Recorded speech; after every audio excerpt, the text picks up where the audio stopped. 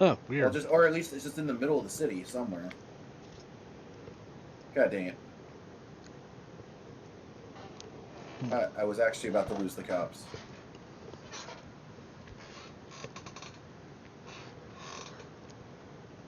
Alright. Ice cream has been had. Stream is up. Let's go ahead and get our messenger up and we'll get started.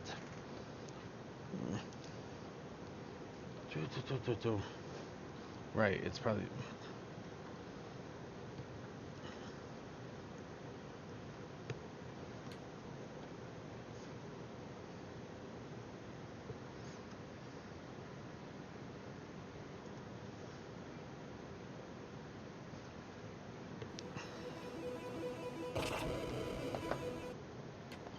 Alright.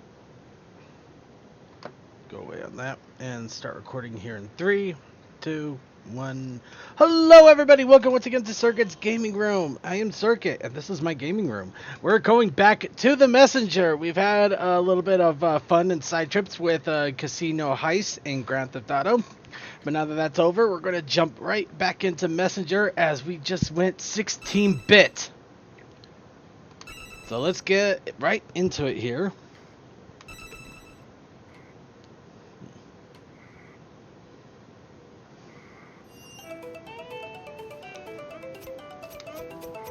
Let's see. Okay, a few quick reminder here of myself. Also, I have Suki with me right now, who is enjoying some casino shenanigans over in the Grand Theft Auto. Yep. Let's see. Oh, which by the way, I realized why I was having trouble, even getting stuff to spawn before. Like being able to even get casino work, because I was having trouble getting her to even let me request work. Oh, there's two things. What's One, that? You have to be registered as a CEO. Yeah. Or VIP, whatever. Yeah, I figured out. I'm listening. Yeah. And you have to be outside the casino. Oh, you have to be. Well, that's stupid. But what about the drunk? What about the drunk secret mission? Well, no, that one you still have to do the whole drinking thing, but you have to spawn outside. Huh. But yeah, for anything else to just call her and request work, you have to be outside the casino. And yeah, that's annoying.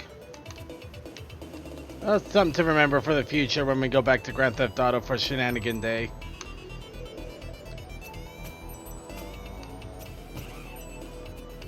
Yeah.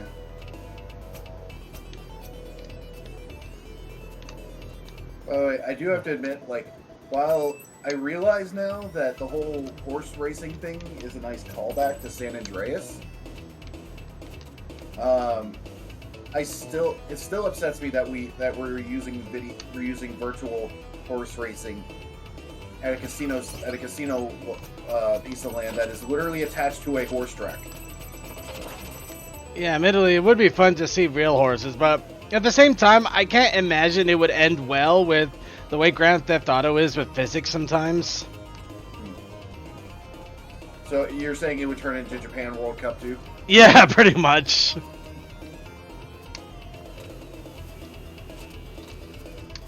Or yeah, we'll probably get the Japan anime with all the horse ladies. Just suddenly a bunch of people are running the track like they're horses. Yeah, that was one of those where I watched the first episode and I don't know, I just couldn't keep myself going on it. I never actually watched any of the episodes, unfortunately. No, I am curious about it still, but so many I gotta catch up on. Yeah. Especially Dr. Stone, that one's just got me freaking hooked, which is annoying because now I'm at that the moment where it's just like, oh wow, that was awesome. Oh, I can't wait to see what's next. To be next episode. No! I believed in you, you jerks, and that short circuit. Yeah. Hey. Yeah, I have to admit, like while yeah, the big mystery of Dr. Stone should be what caused the initial event. I'm okay with the fact that they are spending time on exploring the current world. Yeah. It'll probably come back to it in a little at some point. Yeah. It does. It does because film theory spoiled that it does. Then again, that's also because in the manga they've pretty much gotten to that point. I just hope it's not one of those things where they only have so many episodes and then we're kind of it's more than one. It's more than a one season show. Yeah, I mean it's a Shonen Jump anime, so. Ooh. I mean we'll see what happens.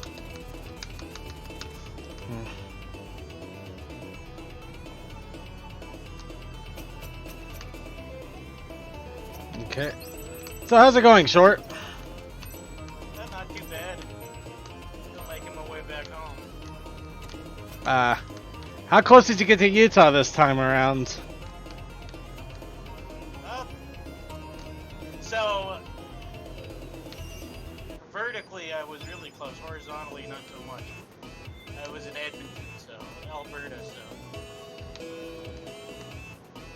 straight line south to Utah from there.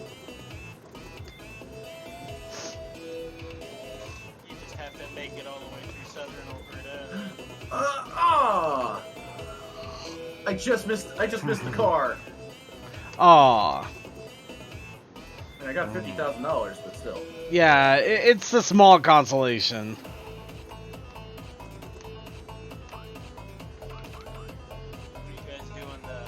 What are you doing He's in the messenger. I'm in GTA. Yep, I'm currently in the messenger, and oh wait, I forgot to actually talk to the guy here. To say what you shouted, I'm assuming it's a video game because I think the stop would be a little more. Yeah, with actually a scratch ticket or something. Alright, lottery wheel. Oh shit! Dragon! Dragon! Big dragon! It's dragging you a bit. Big dragon chase me! And I died.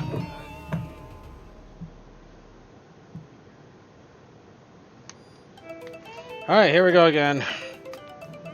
But now that I know it's coming, I know to not slow down my pacing. Yeah.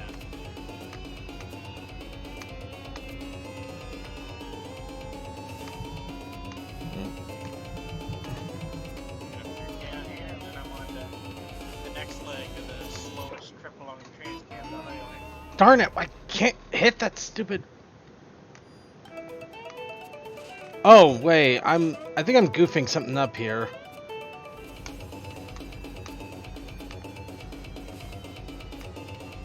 There's a little thing I never realized till I did the first one of these trips that actually surprised me, but mind you, when you look at the amount of population in Western Ontario, it doesn't surprise you, Dan. Which is the fact that between Eastern Ontario and Manitoba, there is no Autobahn interstate style highways. It's all two-lane highway.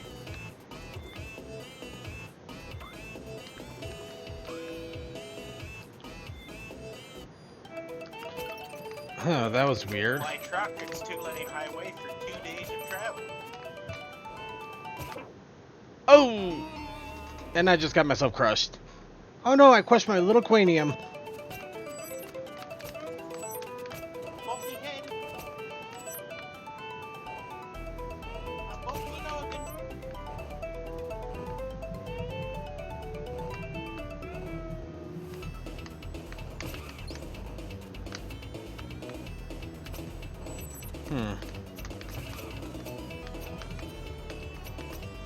Alright, let's see here. Oh, shipe.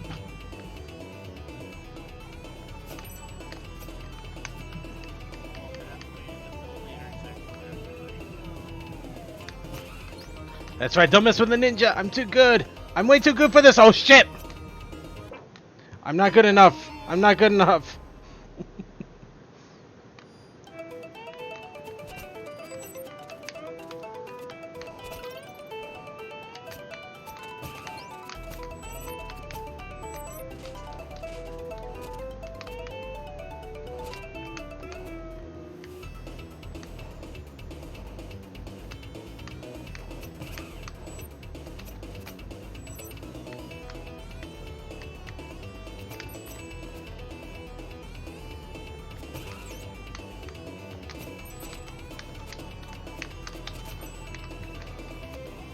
Oh.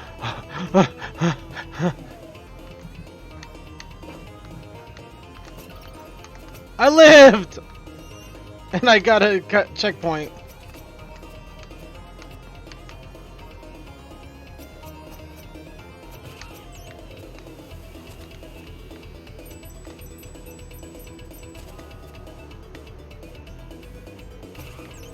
I think the only problem with coming to a game after so long is you actually forget how it controls.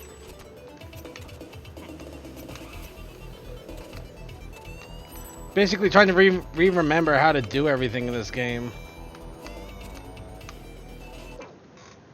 And I died again. Jeez, I'm dying a lot now.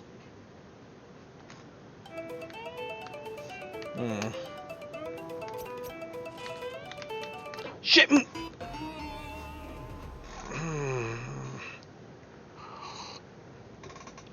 Yeah. Round 58. Fight. Stop dying. No, believe me, dying is not on the menu. Nope, it's just red meat. Sadness. But red meat is supposed to give you happiness. Shit, no! Damn it, darn it, damn it, dang it, darn. Oh,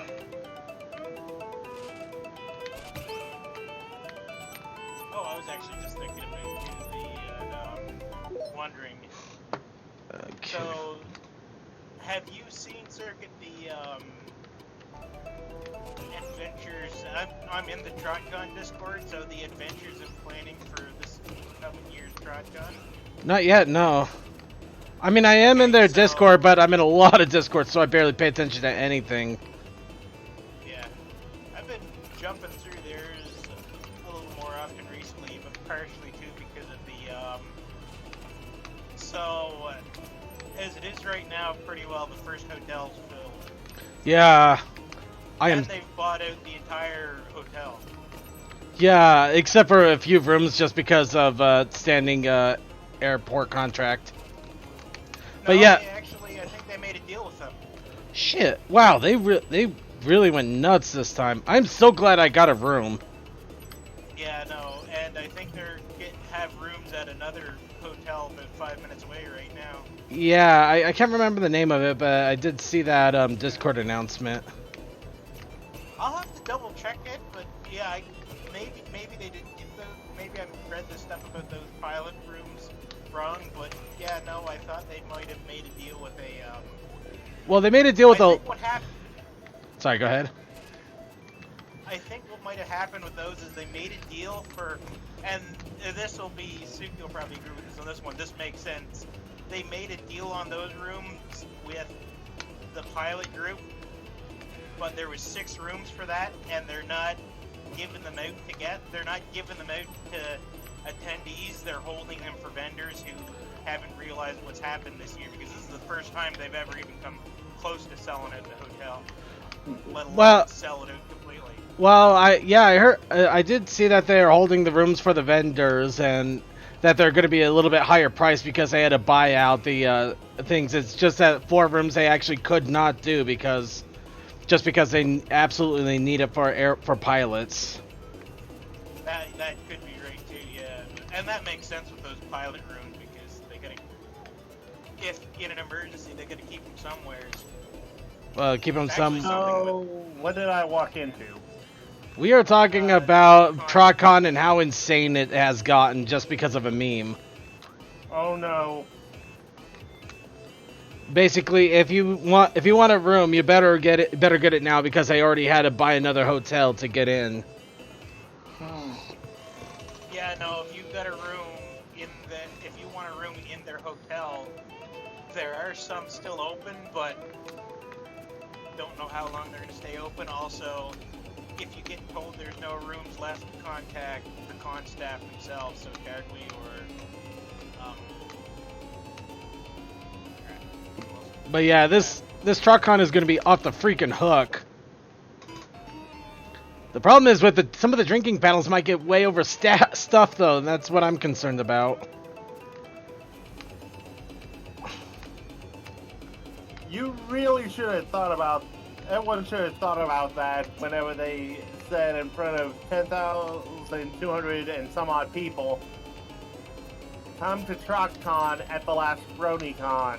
Dude, it was a freaking meme joke, and yeah, it was fun, but nobody expected this kind of response. That's what the way memes are. You should have learned by now. So, like, I mean, amongst our group that was at TrotCon, we were predicting that people would go to more, that the cons would spread out a little more and get between local cons, like, I'm trying to think of what it was, but like Crystal PonyCon and... I wish Crystal PonyCon, that's gone, but yeah, Everfree, Babs, Harmony, all of them just, yeah, they'd start spreading out, and which is correct, that's exactly what they did. The thing is that with the spread out, nobody expected such a huge response about it. Yeah, Then exactly. Yeah, then again, TrotCon's the only one that had their rooms so far. Babs and Everfree haven't posted their rooms yet, so we don't know what the response there will be, too. Yeah, no, that could be... Could be just as bad, if not even worse. Which is good. I mean, it's really good because everybody was talking about the fandom dying, and you're having a big reaction like this. This is basically proof positive that some people need to wake up. Well, not wake up. well, straight... Wake up is the wrong up, word. like- But Well, no, I'm gonna agree with you on that wake up thing, because straight up, the people who talked about the fandom dying from the show ending are asleep at the wheel. You can't... It's like a train. The whole thing's built up so much momentum that in order to accelerate that momentum, I'm gonna make a prediction. If anything's gonna slow it down completely, it's gonna take 2 or 3 years, if not 5. if even that, it may just never die. At least it may, which I'm happy with. You know, I like the fandom. I love the fandom. I want to keep doing more things with the fandom.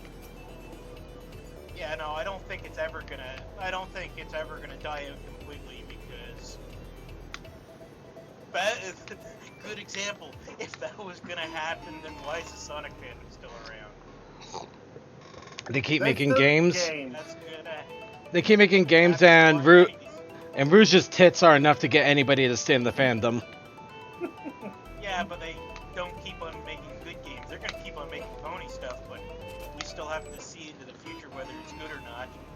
True. Hopefully it's good, but I mean, like, Admittedly, it's probably gonna sustain itself for quite a while. yeah. Though it looks like at least some of the advertisements are getting some somewhat positive response. Of course, talking about the Pinkie Pie thing. Yeah.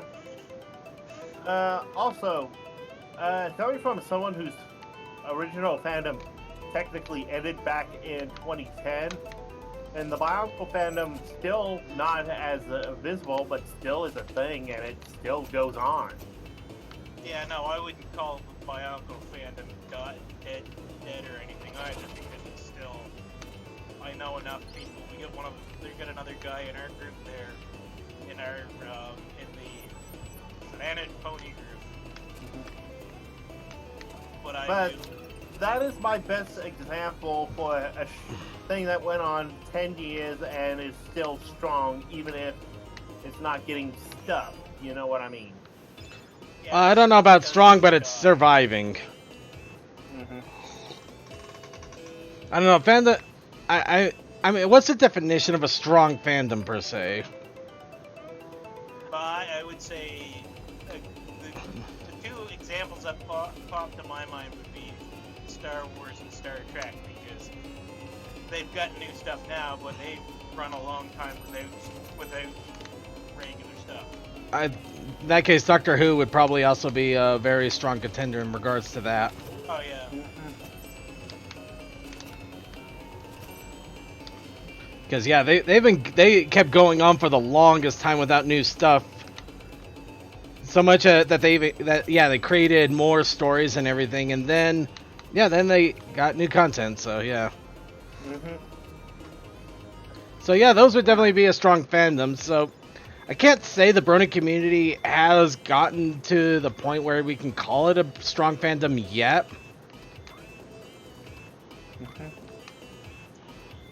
No, it actually hit that point. Yeah, it hit that point a while back. They gotta remember at one point when the fandom had just started up and stuff, they did a what was it? They did a survey and they got like 8 million fans. They had like a survey number of 8 million. Ooh, nice. So. Yeah, I don't know. I think when we've survived at least a few years without any new Pony episodes coming out, I could say we're a strong fandom. Or even better, if it ends up Generation 5 is horrible and we keep going, then that I could say strong fandom then. Yeah. That's just my concern. And this is right outline, but we are getting a two-parter, and our final episode will be epilogue, so that's a nice thing to know. I'm not saying what it is, but it's nice to know there's a technical three-parter for the ending of the show. It's the episode where I locked Sarge in the dungeon again.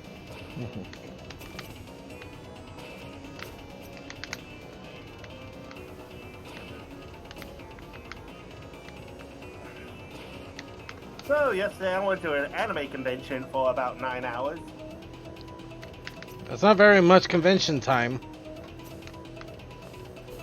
Yeah, no, I got, as soon as I got home from work, I went into my cosplay Hollow Knight outfit, minus the head, of course, and just got a ride down to there. Had fun, took pictures. I couldn't carry my weapon because prop check said, that's a little bit too sharp. And I'm like, aw, can I put it lost and found and get it back later? Sure. So I had fun. And people knew what I was and liked the costume. Oh, that also reminds me. At the convention, they had this thing where you gave a person cosplaying a little sheet of paper, and at the end of the convention, if everyone was still around, they counted the sheets and you could win a prize. I just went for a day. Oh, also got a little foam Mimikyu that I found on the ground.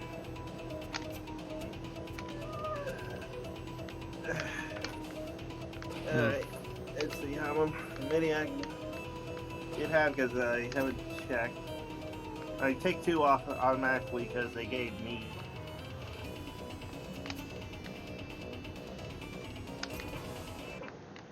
Oh, come on. Jesus. I was 5 miles from BronyCon the day after. Wow. You were there the day after. That sucks. I had to deliver to a recycling plant up there.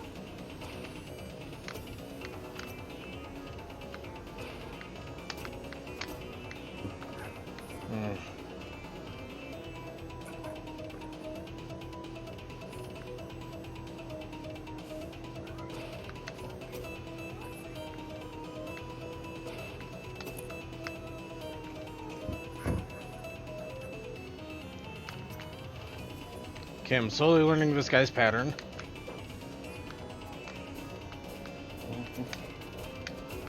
Also, second, there will be DLC for like a beach theme. It's for already next out. year.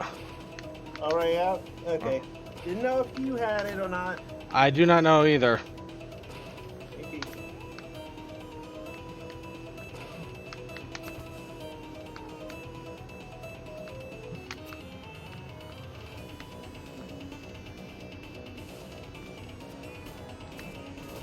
Yeah, I got like 5 or 6.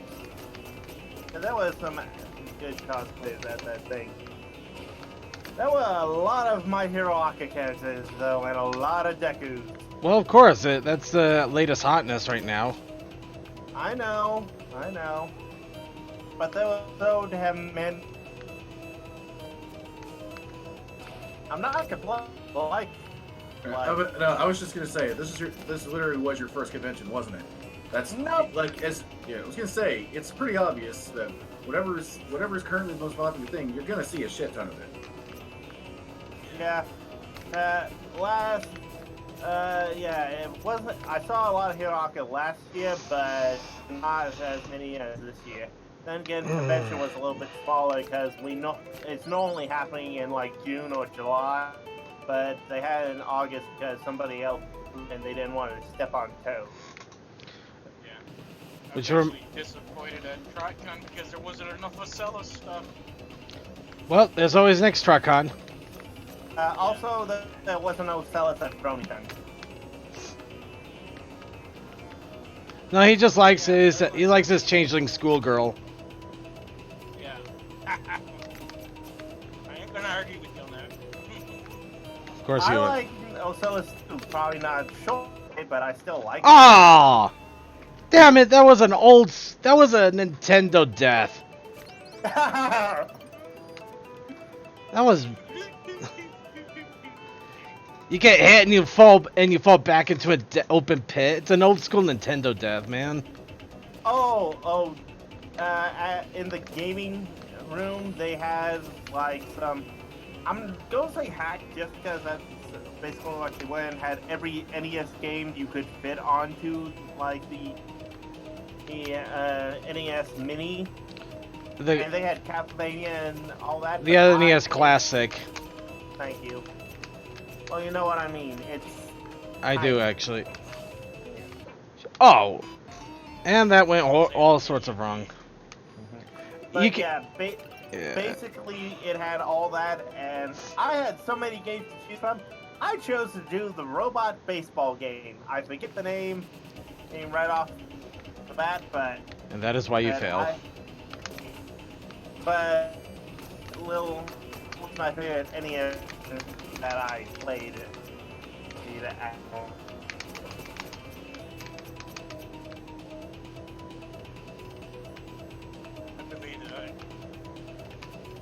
I've actually been meaning to look into getting a PlayStation Classic because they're fairly easy to modify. Yeah, it's the whole thing of, at this point, you don't need to do the whole,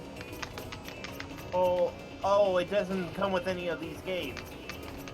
People say how you can. It's still questionable as hell to mod it though. Let's face it. Oh, here's the thing: you own the game, so you own the console. They can't say you can't do that. Well, you can. I mean, that's okay. Let me rephrase that. It's not the console. It's the game part that's questionable as hell. True, but are they in print or being sold by the company? That's why it's questionable. That is still a funny way because that is still not a legal. That's still not a legal argument that's fully recognized. That's the questionable part. It's a legal argument that hasn't gone to court yet. Which, Yeah. and Cody says hi. Hi, Blinked. I blink. Hey, Blank. They all say hi and they love you. Yes, Unfortunately, yes, they love you a little too extensively, and it scares me. No, you can tell him fuck off, go away. That's Suzuki. Yeah. Oh, Uh, I love you, Squeaky Man.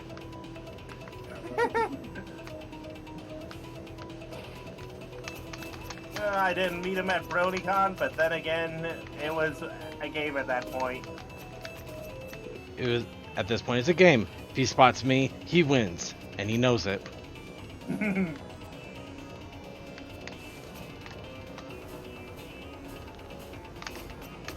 But yeah, second, I can get you another key market if need be.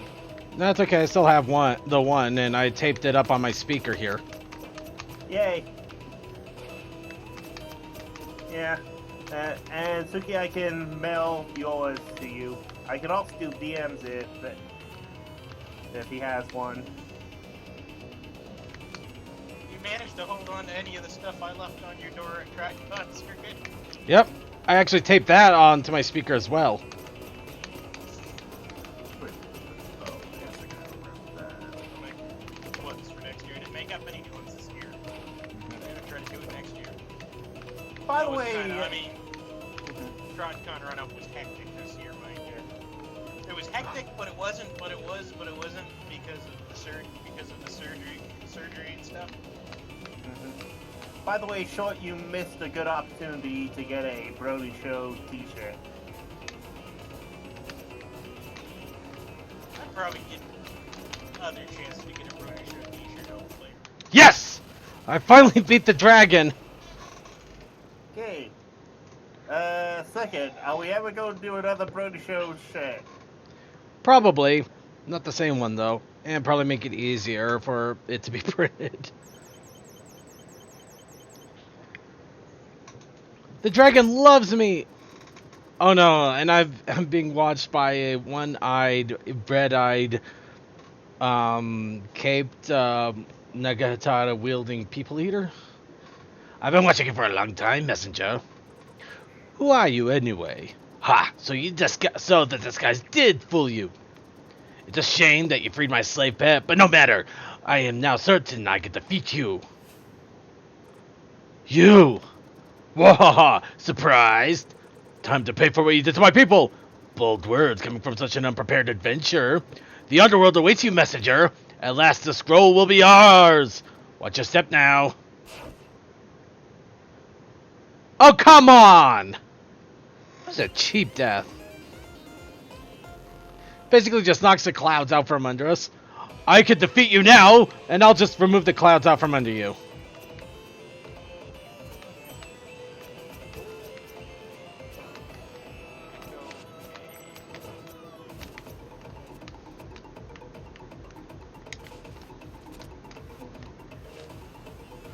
And now I gotta deal with Mario Brother, freaking fireballs.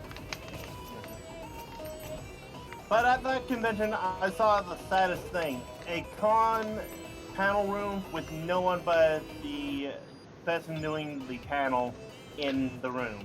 How is that even possible? Oh, are you talking about the anime one? Yeah. What in the world was the Yeah, topic? Well, I was still semi on that. You were thinking of something else. I helped host a panel like that one time. Oh, here we go. Do you have any stories to share? Of course, here's one for you. There once was a guy who visited by a succubus. Far from being the kind of demon, she offered him a unique chance to visit hell as a tourist. Very adventurous by nature, he jumped right into the portal. They arrived in a room where giant cauldrons boiled over bonfires. They contained people with little demons with pikes were sitting on the rim to push anyone who tried to escape back in. Who's in the cauldron? The man asked as a succubus tour guide. This one? That's where liars and cheetahs end up, she explained. And this one over there, she continued, that's for people who hunt for sport. Aghast, the man noticed another cauldron, much bigger than the other ones and devoid of any demons sitting on its rim. Indeed, that one cauldron seemed to self-regulate. People were pulling back in anyone who tried to escape. And who is this cauldron for, he asked, curious as to who could be so stubborn in their ideologies that they would rather hurt themselves than rethink their worldview. Oh, that cauldron? The succubus mused. That's for people who think the order doesn't apply anymore when another line opens up at the market.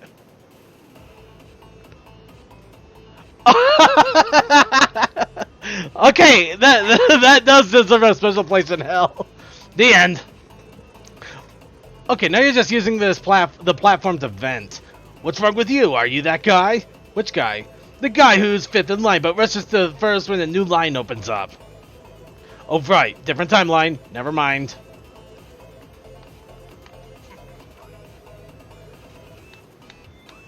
Seriously, though, yeah, I understand that pain, but that is funny as hell.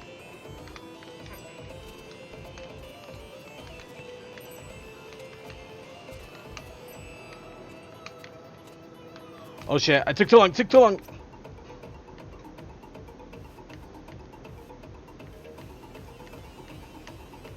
But yeah, sorry, I was asking, what was the panel about?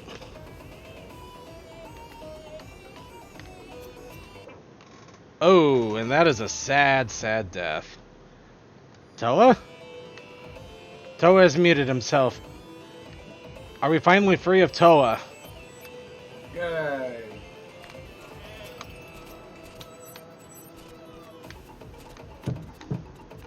And there was much rejoicing. Yay. Yeah.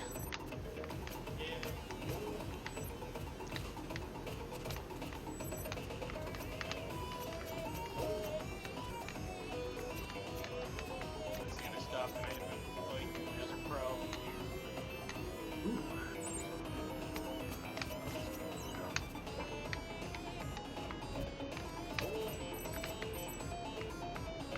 Alright, alright.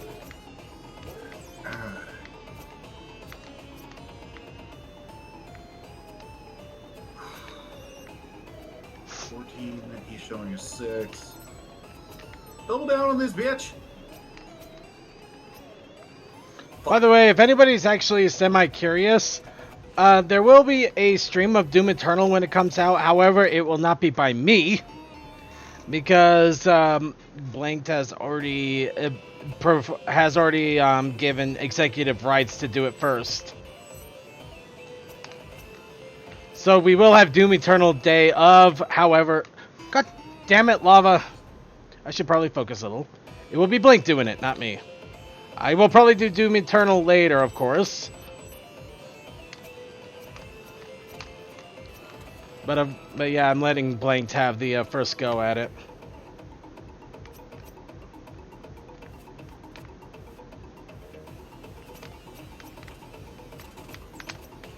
Okay.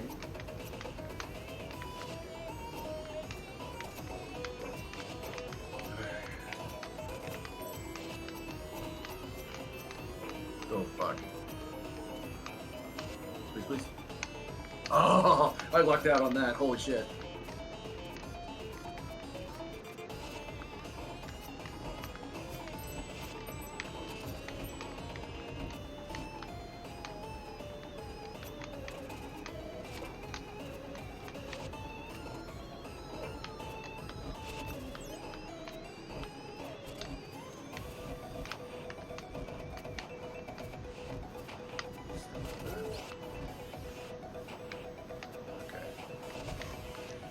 Do you ever have those moments in games where you're being a little too good and it's actually causing you more problems?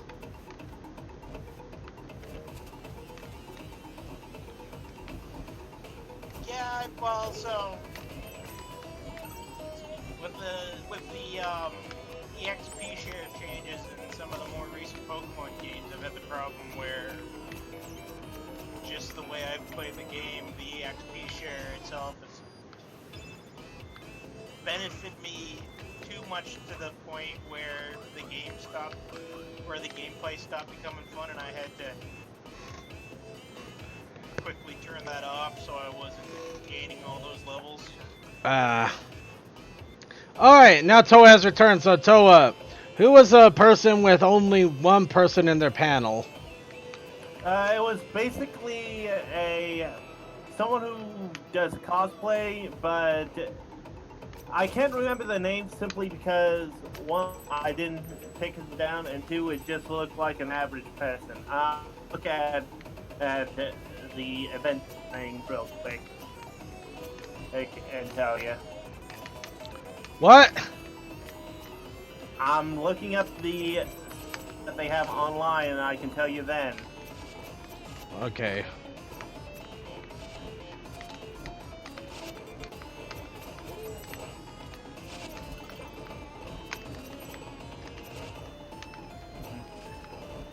Yeah, it's normally in June, but yeah, things happen. Okay. Events, full schedule.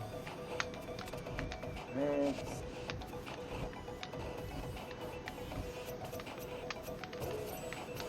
Never made it the Underwear local con this year.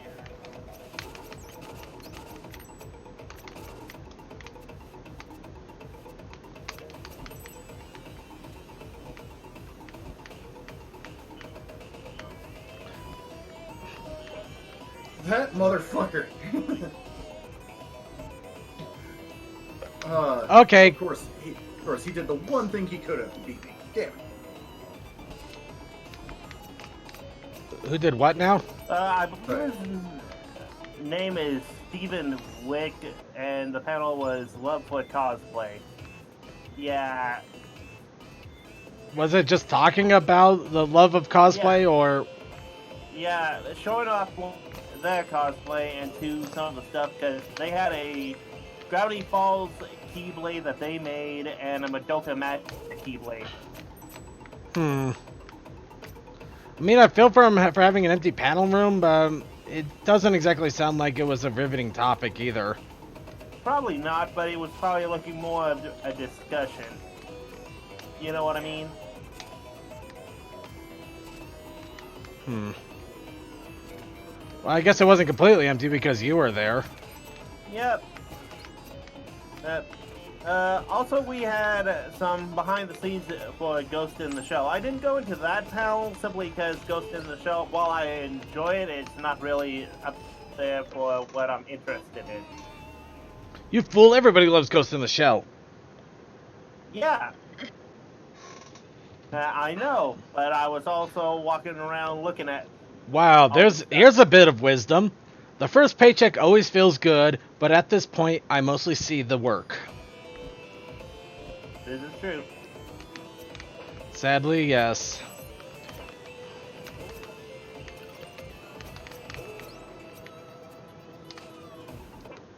But yeah, I felt Okay. bad for the dude. We had a decent conversation with him, and a second person did appear to talk about stuff before leaving. It kind of reminds me of the Apples panel that BabsCon had when I went there last year. Last year? I don't know. One of the years. Well, Point in time. I went to, but yeah, it was a pretty interesting panel because they were Apple cosplayers, and they just, were just having some fun with the whole idea of just asking questions about the apples. The problem is, I think there was some really big... It was early in the morning, and there were some really big panels going on at the same time, so... Yeah, it was just a handful of people, including myself. Yeah, no, it'd be tricky there. So I do feel a little bad for him, but I think they also had another panel at BronyCon itself, and I'm sure that one was packed to the gills, because everything was packed to the gills at BronyCon.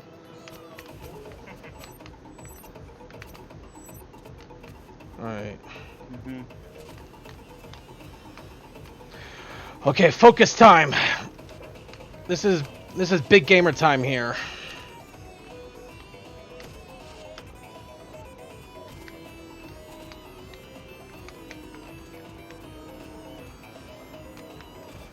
Yeah, around the same time, as I said, Ghost in the Shell, a dance group was going on, and Dystopian Dreams, a anime like overview, cosplay prejudging, waifu wars, and comics and creative writing. So yeah, there was a lot more competition versus one person talking about the love of comic. Yeah. Sometimes you just get that bad panel that's in a bad time slot. Nothing to be done. Hey, at least he had people come in.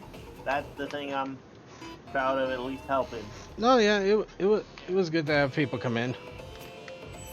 Oh shit, did I just do something stupid? You might have. Oh no, I'm good. I'm so good. Oh, god dang. Shit. Fuck this dealer. Sounds like somebody's having a bad trip. Uh, As long as it's not me, I'm alright. Oh shit. Darn it, and just after I got that Still bit. got like 6 hours of travel left to do. 5.5. I'm gonna trip with the background. Gonna make it to just outside of Ontario, and then hopefully hope they have something for me tomorrow.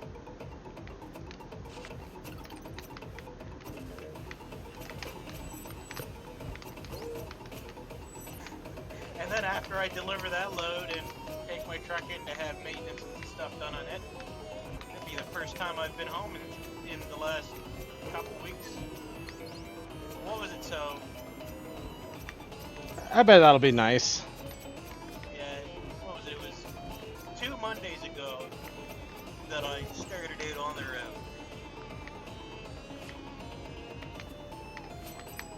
I did some other loads, and then they set me on the load for Alberta, which took 5 days to get to Alberta. At which point I used up enough hours that it was easier for me and them, kind of, to actually sit and wait. Dang it. I say kind of because the idea of me sitting in Alberta and waiting is it's harder for our company to get jobs out in Alberta because we don't send trucks that way very often.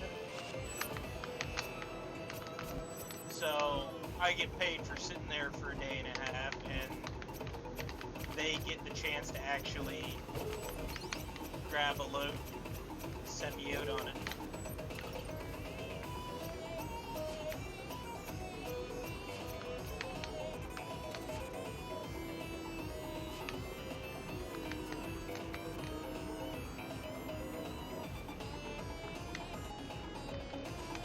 Dang it, no! I slipped. I found the secret something, but dang it if it isn't a pain to get through.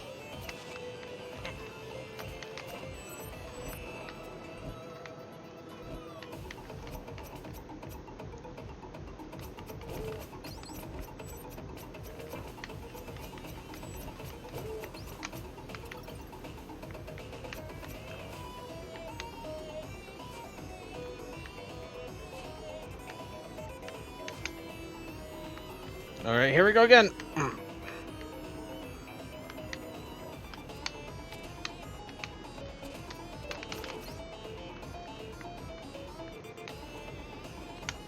Dang it, no! No! Why can't I jump properly? It's like I do some 83 deaths. Oh dear god, I'm gonna get to the triple digits by the end of this.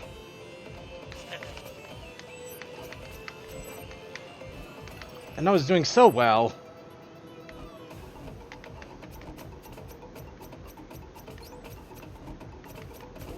That's what happens when you talk about being too good. Well, that was one area. Unfortunately, instant death lava that keeps rising and lowering is not exactly a great thing. Yeah.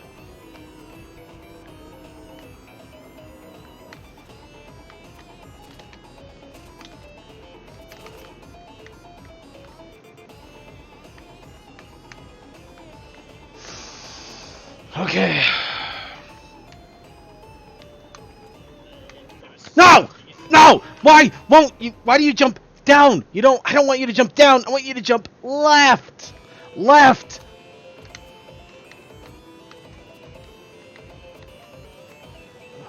Maybe you like swimming in lava.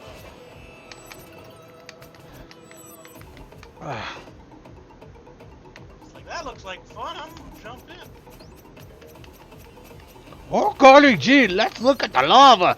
Oh, that lava look so good. I'm gonna go jump in it. I don't know why it's engaging, but what the fuck ever. Wow, Wow. don't know why you're Waluigi now. Because my anger has Waluigi'd me. Okay, here we go, here we go, here we go. Ugh. No! Why? Why every goddamn time?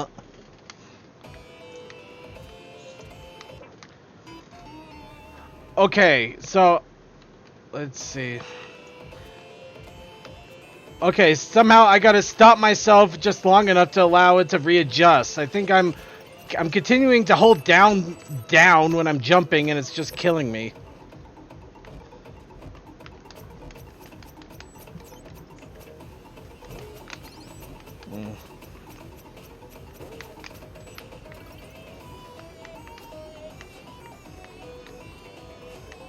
Fuck.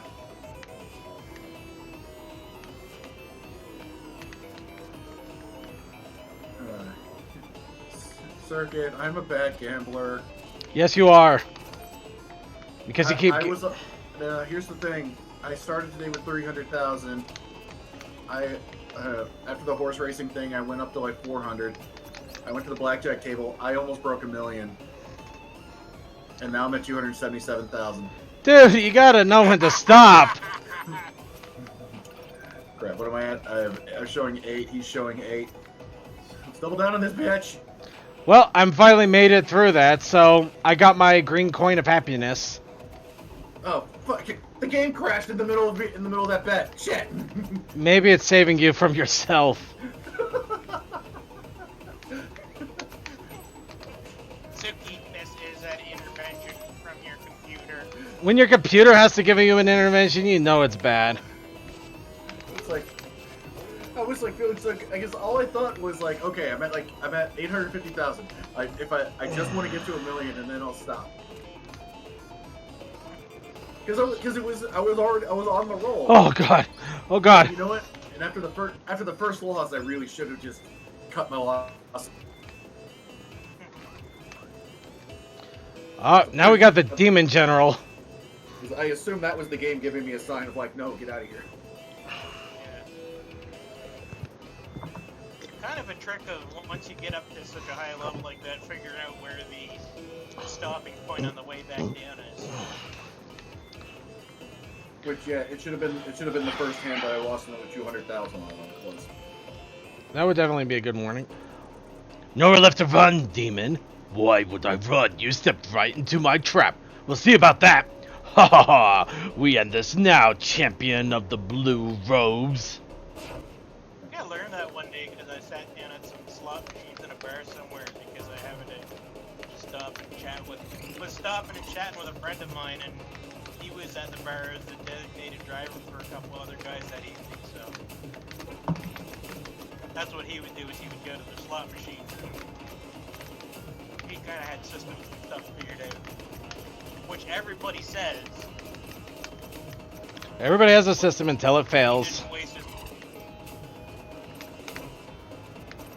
He didn't. Well, actually, he did pretty good that day. And the system he gave. Okay. Yeah, I apologize. I'm not hearing you right now because I guess my game loading is causing issues.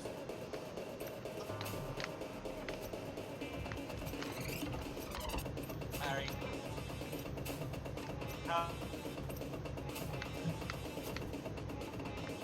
Well, I don't know how true this is because it might be me, but apparently El Chapo says all his money belongs to whoever finds it first, so I'm just looking at Discord. Let me guess, he hit it all in one piece. Yes!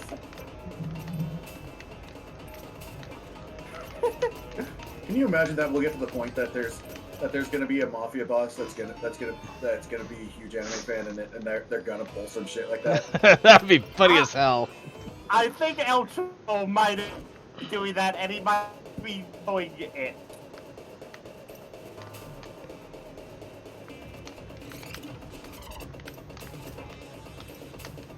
Damn it! Ah! Well, maybe just funny as heck.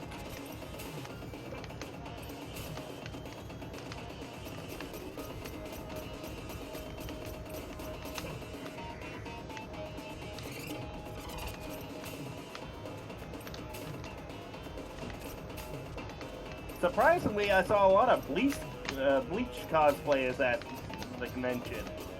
That's because the basic Soul Reaper outfit is easy. No, like a Keith Hara. And plus, people won't let Bleach die. Though it already did die. Oh boy, this is gonna be the fight that's gonna drive me mad, isn't it? I also have a very good Jiraiya as well. Naruto, Jiraiya to be specific, Suki. No! Oh, never mind. I have to be specific because a lot of people use Jiraiya. Except that's from my recognition, that recollection. That's the only Jiraiya that is like well cosplayed. Fair. Yeah. Well, again, a lot of the interesting Sentai, they have a Jiraiya in them, but I see your point.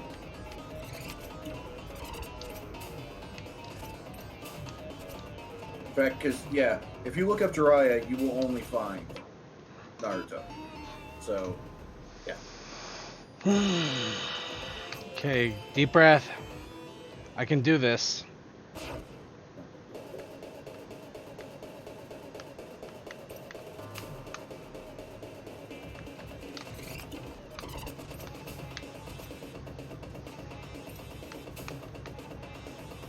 All right. Register CO. Order me. Oh! Oh wow, the champagne's free at the bar too now. Woo, champagne! Give me the Macbeth whiskey. Good luck on getting that mission. I tried a couple of times. Yeah, apparently when you look online, yeah, it really comes. People will say like they did it in like 3 shots, and some people said they did it in 30. Some people said yeah, they did it for like they tried for like 4 hours and nothing. It could be RNG. Hey everybody, I'm a CEO of a big company here in Los Santos. How are you doing today? You good, I'm good. Dang it. But yeah, no, Tokoi, it's very well known that it's RNG. It's not even a that was question. never- yeah, that was never in question. If we're talking about how often people got it, yeah, we know it's RNG.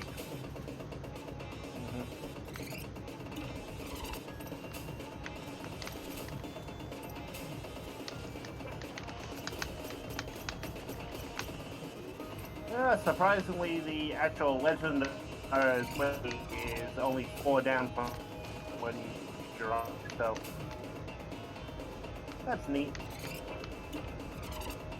For Naruto, but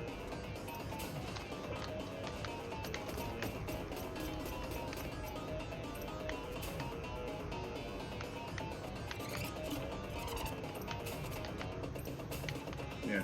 But and while I fell out of watching Naruto a long time ago, I did see a thing recently where they talked about, like, I think it was Watch Mojo did a list on times anime trolled us. And they talked about in Boruto they trolled people into thinking they were going to repeat the Naruto Sasuke kiss with their kids.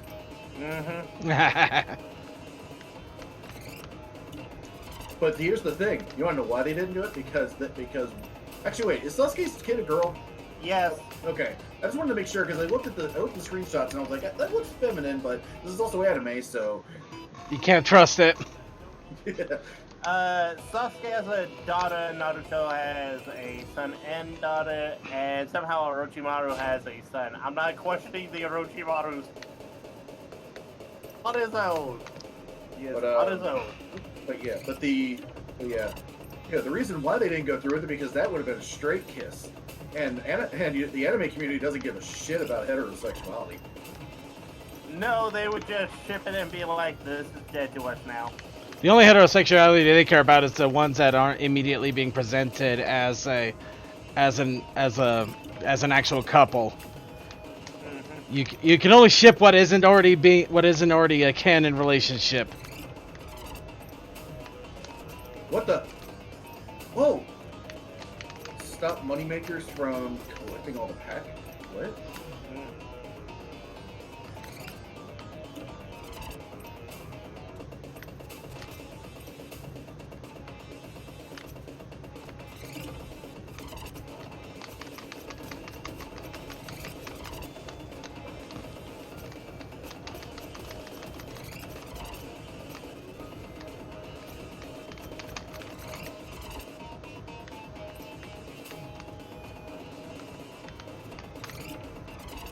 Okay. So apparently, no, I didn't get any secret missions. I guess I spawned in a world when there was something else going on. But she did call me and gave me some work. So.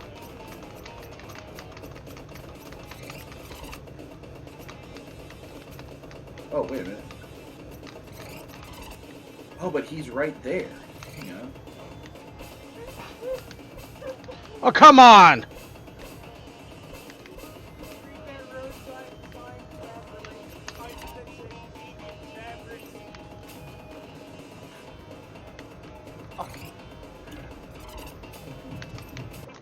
Dang it! Darn it! Ah!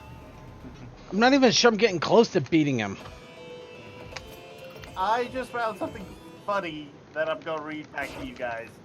When Marvel finally introduces Deadpool to the MCU, I want to see Tom Holland hanging out in sweatpants and a bathrobe on Wade's couch, not Spider-Man, the actor Tom Holland. And when Nick Fury freaks out going, "What the hell, Parker? This is where you've been?" Deadpool leans in and whispers, "We can't call him that anymore. He's in the Sony Witness Protection Program." And then Tobey Maguire walks by in the background eating a bowl of cereal, and Andrew Garfield shouts from the kitchen, "Does anyone want toast?" Lionel says yes. That would be an awesome thing if Sony says, "No, you can't use Spider-Man no more." Like, shit. It'd be funny, but not likely to happen, unfortunately. Just because I'm sure neither of them will want to even acknowledge the Spider-Man's existence. Then again, Deadpool.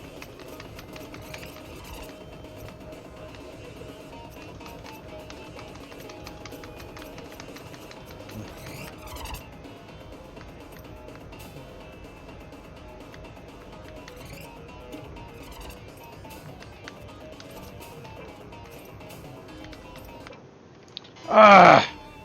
Dang it! This guy is gonna drive me crazy!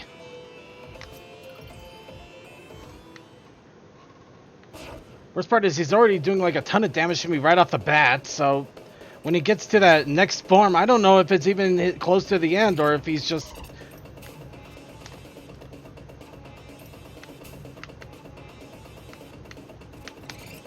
Ah! Stop hitting me!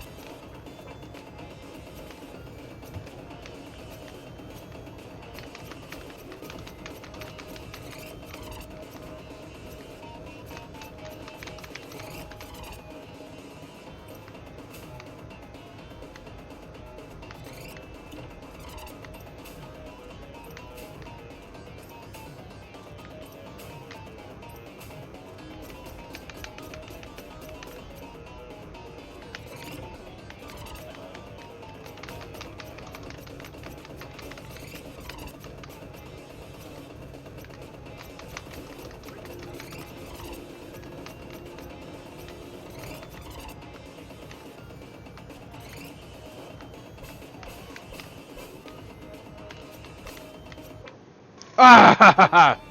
Okay, I'm getting slightly better, but that stupid sword thing.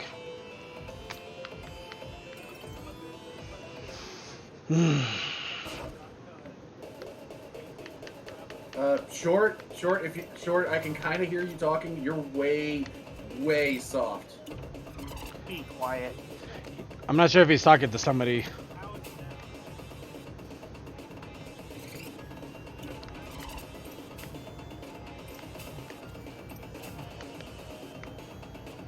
Okay. Wow, that definitely details Los Santos in a nutshell.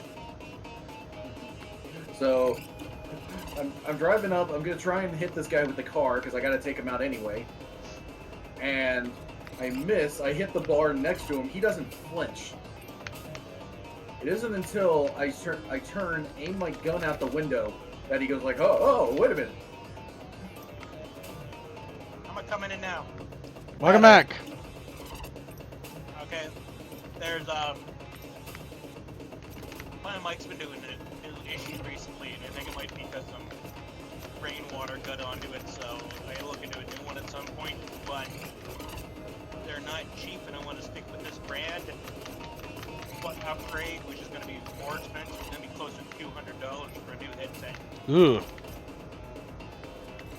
They're good at what they do.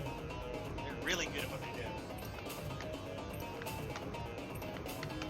And the upgraded version has an attachable second earpiece, so you can turn it into Did I just start a gang attack? What the fuck?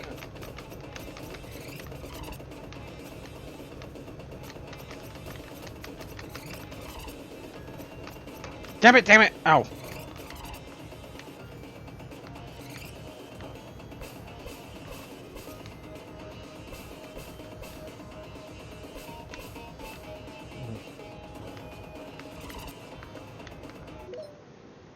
Nose itch. Don't you hate it when you're in the middle of a big fight and you have to nose itch? Yep. Yeah. Oh, it's worse whenever you're carrying something really heavy and hot. What? I work around fryers and I have to move the grease trap. I didn't say anything, man.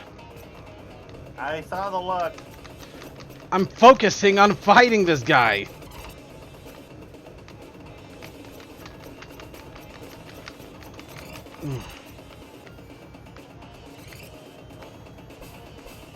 Oh, but I did run into a Jotaro from Pot 4 and the whole team 3 at the convention.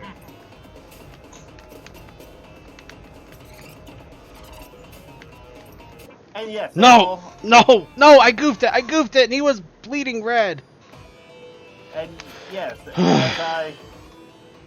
as I walked by them, they did want to take my picture.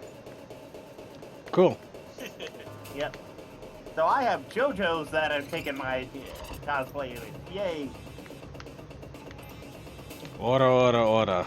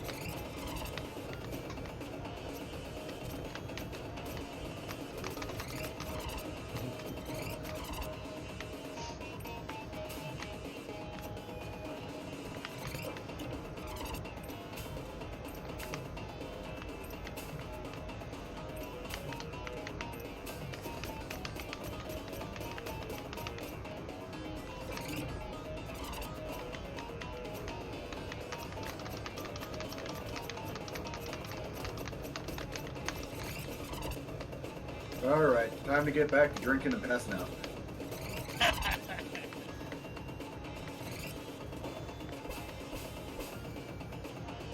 I like how immediately after you take the shot, the bartender at that point says, "Alright, looks like you've had enough." I just took the shot and I have not started like stumbling or anything. She knows you're gonna be done. Okay, this time it put me into the penthouse. Damn it! Yes, Simeon, I forgot about you. Fuck off. Nobody likes you, Simeon.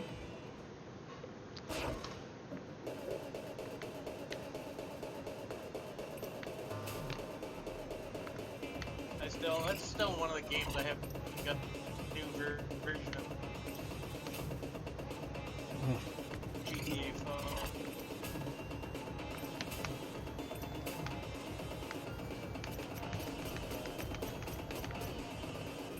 It was Destiny 1. I got both those on the PS. Mm.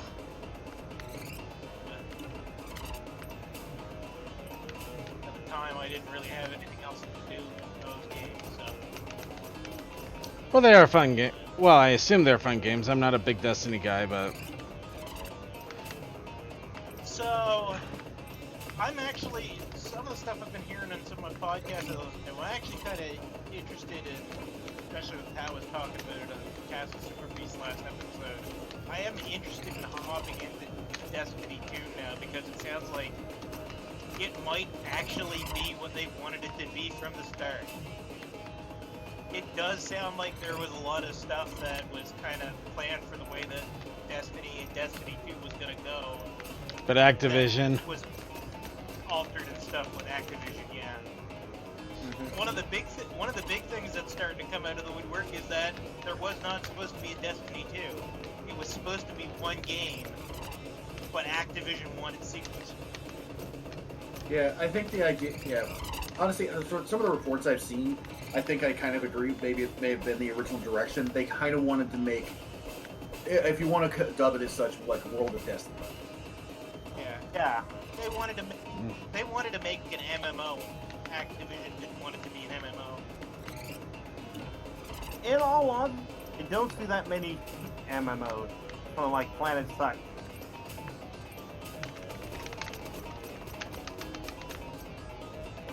Well, something like Destiny will be better as an MMO because Damn it!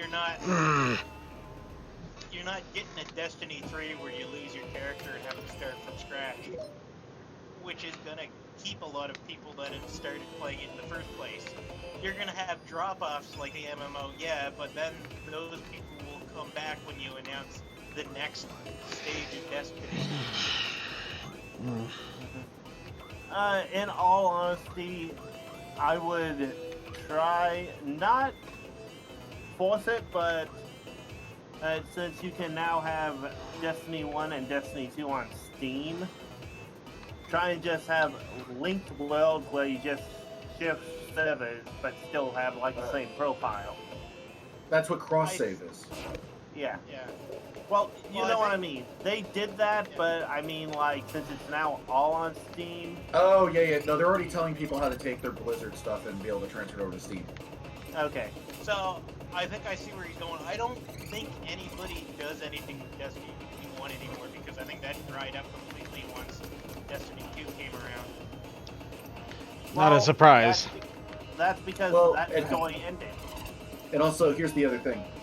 In case you have, for those that haven't noticed, a big push with Destiny 2 and a lot of recent stuff has been pretty much like older stuff. Like somewhere in the middle of year 2, we got a cool mission or a cool quest line, which ended in us going to pretty much the original location that you dropped into or that you started in Destiny 1. Like literally where the game started. Yeah. And then, then also if you think about it this way, when, like in Destiny 2, pretty much most of the planets were the same. You were in a different area of Earth, of course. Then, Curse of Osiris came out. We went to Mercury, which wasn't really an area before. But then when we got Warmind, Mars came back. It wasn't the same area of Mars, but we got Mars back. And now with Shadowkeep, they are literally bringing back the original moon map, but they're adding to it. Yeah. And Yeah. honestly, they could, since they still have already building Destiny 1, they could just polish and add new stuff to the original map. May not be as easy as you think, though. I'm not saying it's going to be easy, but it's an idea. Fair enough. Yeah, I am definitely interested in seeing in getting into Shadowkeep when it launches, just because I like the fact that we're finally getting to the point where basically the armor we get is pretty much completely for luck. The idea is that you get to monitor. Damn it, darn it, gone it, damn it, bah. So they finally made it to where if you like the look of an armor set, you can do it. You don't have to hope for it. Yeah. Or at the very least. That's a big thing with those games. Well, I guess, I mean, you know, you may still have to hope for it. It may still be a random drop as to whether or not you get the piece of it. But at the very least, once you get it, you know, now it's not a question of whether or not it drops with what you want. You can now put what you want. Yeah. Because that was another thing, is apparently a big thing for Bungie that they wanted to do for a long time was they really did want to put a lot more RPG elements into the game. And that's kind of one of the big things with the new armor system, is that it's a lot more of that RPG system into it. Yeah. Like I say, I gotta try to remember this weekend, because I'm gonna have some time off this weekend to actually get Destiny set up on the PlayStation 4. Yeah. And they are releasing something cool for people who like are just now coming into Destiny. There will be, I believe, I can't remember if it's free to play or not, but Destiny New Light, which is literally pretty much, okay, do you want the story of Destiny and you want to catch up, and you want to do it in the matter of playing one of the original campaigns? There you go. You can literally catch up in like no time. That'd be nice. Well, the story campaigns for like Destiny 1 and as like a thing, that shouldn't be too long, because wasn't a lot of Destiny 1 padding? The Destiny 1 story was okay. There really wasn't a ton to it. It was pretty much just like, really Destiny 1's story was completely about learning about the world, was really more it was.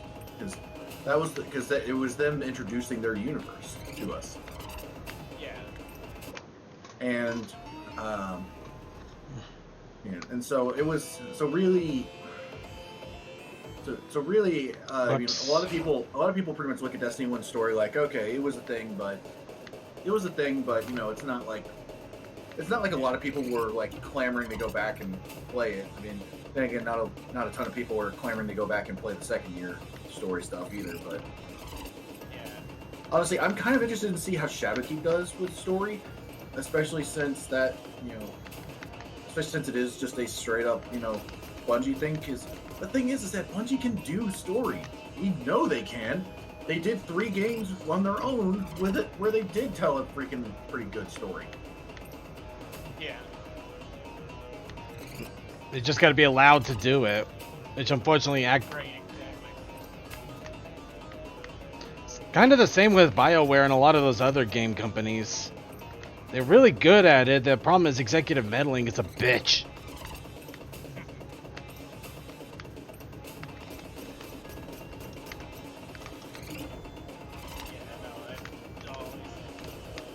I can always hold stuff down, but yeah, no, I'm kind of interested to get back into everything. And yeah, no, I don't think very many people are going to even bother going. Any new people jumping in are probably not going to bother with Destiny 1, because I don't even know if there's... Well, I mean, that's not even tied into Destiny 2.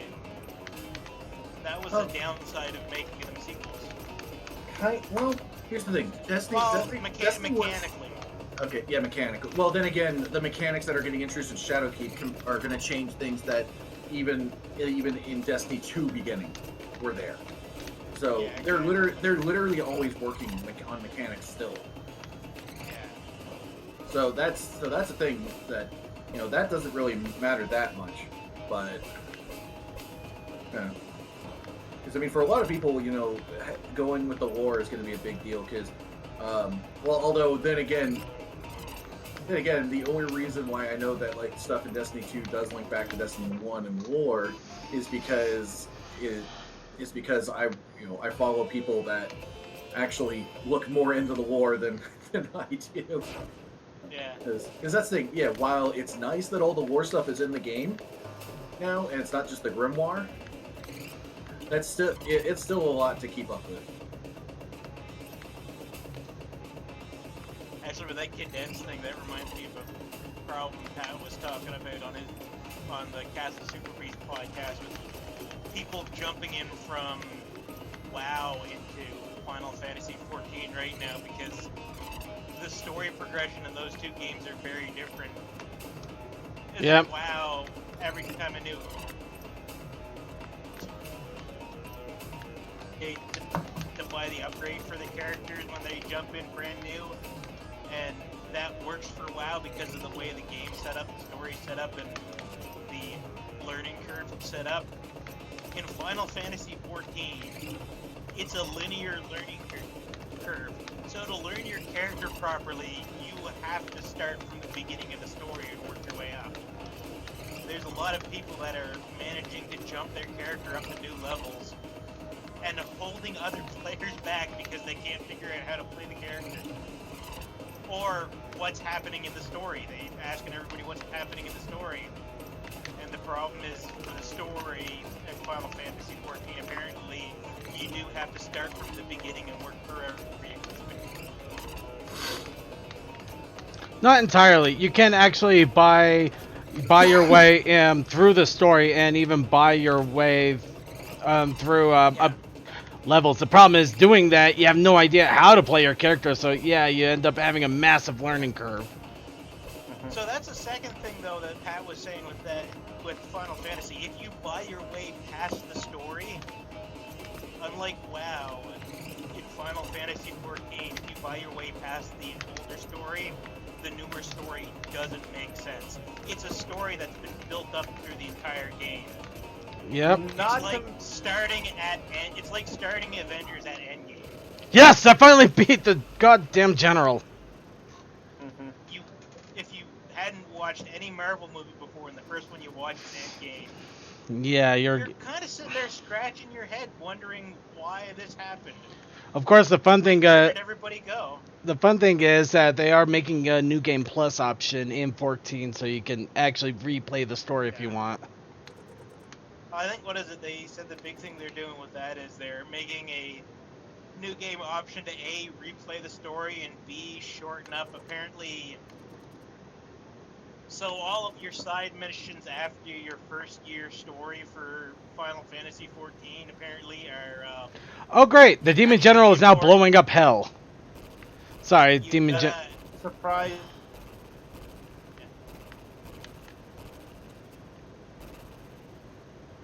Can you guys still hear me? Yes. Yep. Okay. Yeah. Broke up for Yeah. a second, so I wasn't sure. Mm-hmm. But, yeah, no, so apparently the issue with the first year story, year one of the game story, is that after you beat your way through that year one story stuff, Manfred the Sky Serpent. Wait.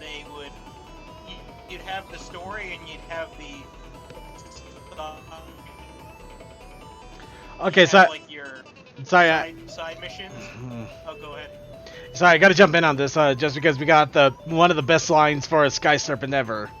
It's not my Manfred is his name. It's not my birth name, but I always wanted to be a butler. Okay. Well, you should dress for the job you want, and not the one you have, right? So call me Manfred. Alright, Manfred. What do you do before demons mind controlled you? No time to explain. This is your big moment. Flying a dragon out of hell. It is a big moment, flying a dragon out of hell. Alright, anyway, continue on. Sorry.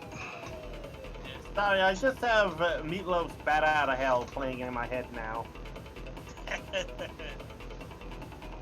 Well, unfortunately, we're a No, Sky no. Serpent in a netherworld, but yeah, go ahead. Yeah. So no, apparently, like all of the after mission stories, so the filler missions they put in before the next update for the Final Fantasy 14.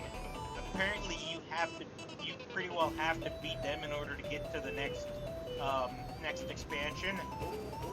However, for year one, there was a lot of them. Like I think the second story, there was like I think Pat said like the second story, and from then on there was like 40 to 60 different end missions that you had to play.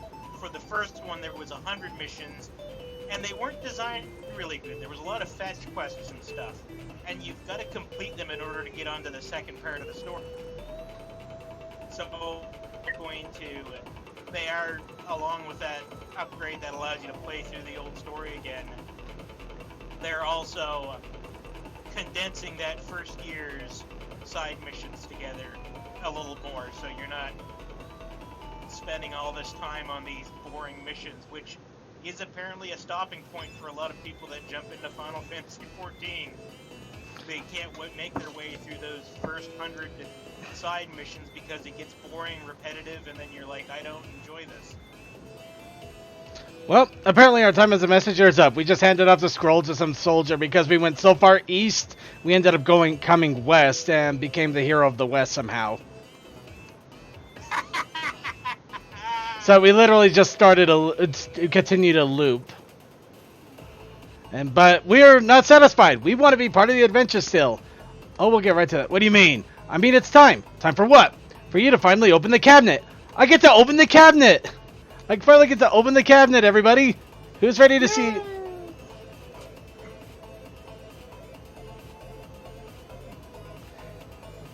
And we see a bunch of cloaks and a picture of the shopkeeper. It's a closet for blue robes. Why, yes. What did it look?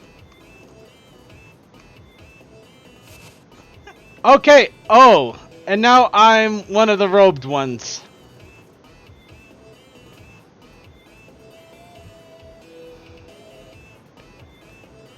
Did I just become the shopkeeper? Maybe. I just became the shopkeeper for the Have you been soldier. The shopkeeper the entire time? I'm the new shopkeeper. I became the shopkeeper for the new messenger, apparently.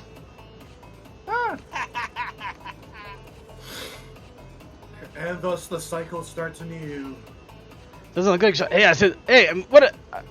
Anyway, here's the power up that'll let you charge your beam. Oh, it's upgrades? Yay.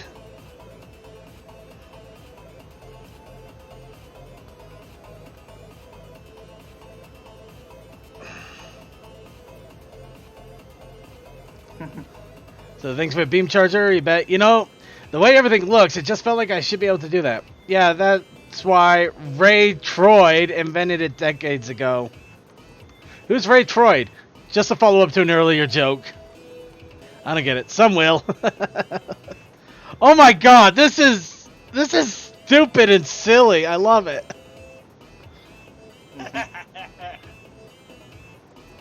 Is everything alright? It's kind of boring, but I guess I'm okay. No, I mean, it's been a while since your messenger visited. Oh, I don't know. I didn't enter the shop so often myself.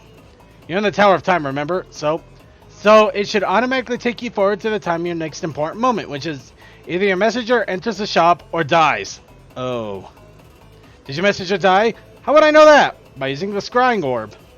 If Corbel isn't sent within 10 seconds, your messenger dies for good. And when were you planning on mentioning that? Oh no! Oh no, no, no! I think my messenger died. We need to fix this. Oh, it is we now. Come on, now's not the time to argue. You have to look at this holistically. Look at this holistically? What does that even mean? It means I'm as lost as you are, and I still want you to think I'm the smartest one here. I'll go fetch the scroll.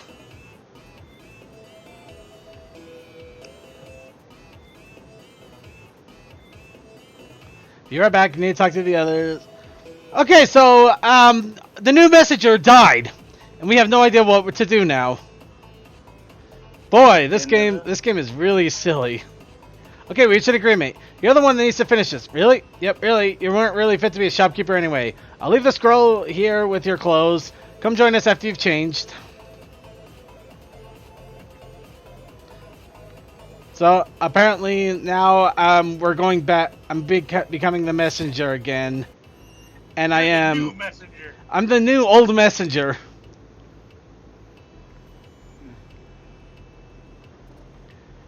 Hey, it's you. I really missed the time when we did the thing. The others don't want to do it anymore. Welcome to the Tower of Time. I put back in the headquarters form after you beat the challenge, which I've designed myself. If you want to replay it, let me know. You may have missed a few hidden things. Oh, that's cool. So we can actually redo the time, the Tower of Time, if we want to. I remember the Tower of Look, Time. all I'm saying is he's been carrying the scroll for a long time already, and it could be dangerous. This is exactly as was foretold by the visions. A born-again messenger will master time itself to end the curse by fighting in 2 cycles simultaneously. I don't know, warping once to go to the future was risky enough. Do you think it's just saying doing that constantly?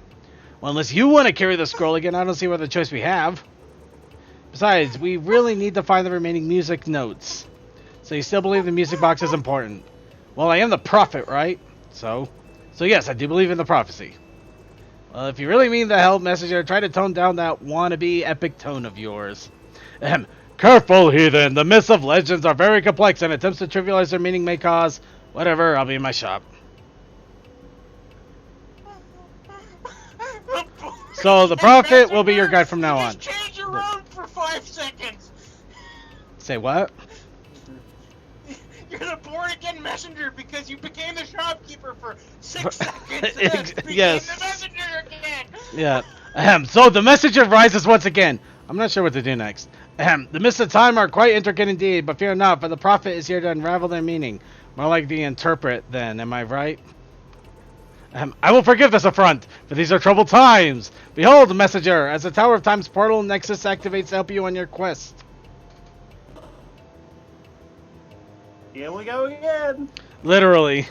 Return here once you seek guidance, and I shall provide. Godspeed.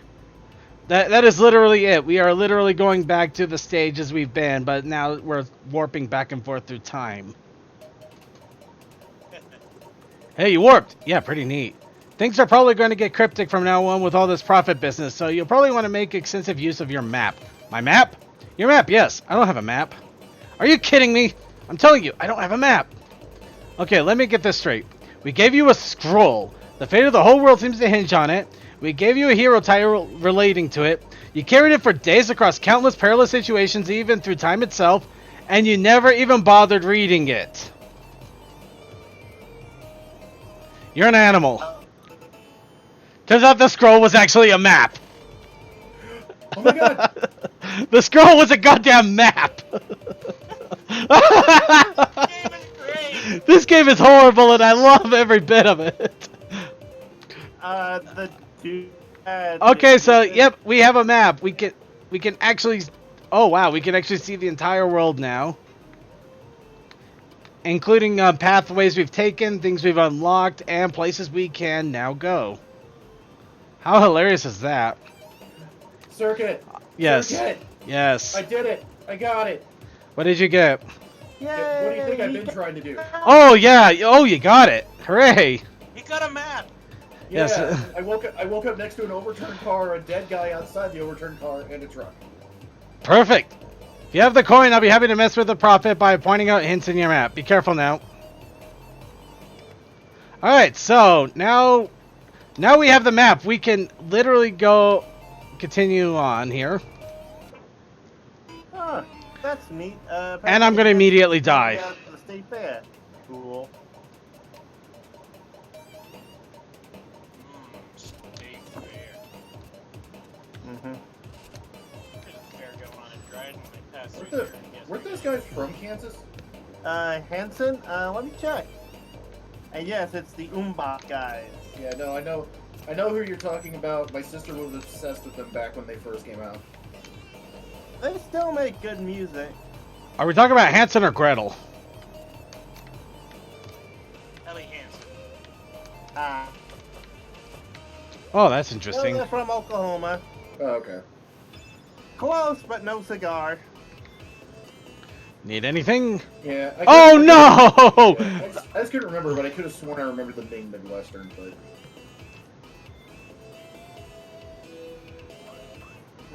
Okay, and unfortunately, I do need these upgrades.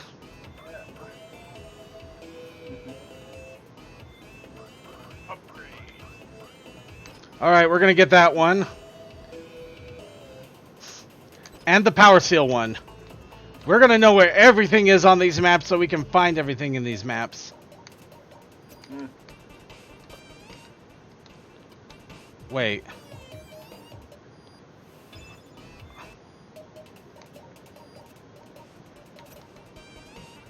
Oh, that's interesting. Yeah, like my anime convention, I was tempted to buy a full-on, like, I believe either a statue or an action figure of the RX, the first Gundam. I also had the, I think, yeah. like, prototype Gundam as well. Yeah. It'd probably be Let's stat. think about it. It would have might have been a statue or a model kit. Probably you would have been looking at knowing an anime convention. Well, it also could have been an actual figure, you know, that's a thing as well. Yeah, it's a statue. Yeah, that's what I'm talking about. Because the odd thing is that I always found that odd that in the anime community, action figures are not that big. It's either statues or model kits. No, this was more like a statue because it had like a beam saber and it looked like it could move, but I could be wrong. Yeah, you can have model kits that can do that. Yeah, but it looked all put together because it had a clear window. Some people will do that. Some people will put it together and then sell it. Eh, Yep. yeah, it looked more official. Especially than some what people are a lot better about building stuff like that, and some are not. So there's a market. I even saw like a Falcon, a Millennium Falcon, and model kit, an X-wing model kit, and a few other like Star Wars model kits, and I'm like, All right, Circuit. I will say this mission is slightly disappointing to me How so? because the way that it was described, I thought I was going to have a challenge of trying to drive it back in like 7 minutes while still feeling the effects of being drunk. That would have been fun as hell. No, it pretty much wore off by the time I was in the truck. Aw, man. Yeah. So, and there's not even like anybody coming after me or anything. It's just I just had to drive this truck back to the casino because they're like, you know what, you did a bunch of weird shit last night, but you just get the delivery truck back here and we'll call it. Well, at least they're nice about it, I guess.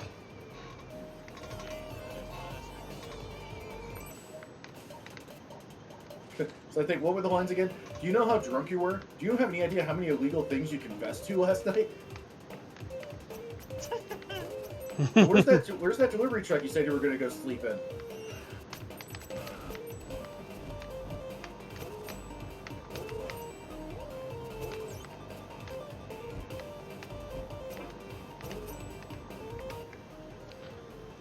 Alright, so I'm at a place where time travel can apparently affect it, but I don't know how. Forward or back in time, I believe. Well, obviously forward or back, but I don't know how to time travel in general. I always wanted to travel sideways through time. If you go sideways, it'll be a little bit. Okay, that's one way to do it. How did you do it? There's literally a little gap here that takes me to the past. Oh!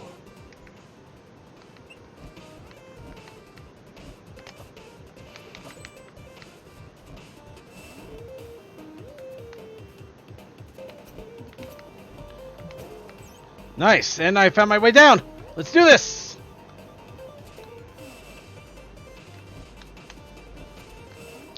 Okay, that is actually really fun.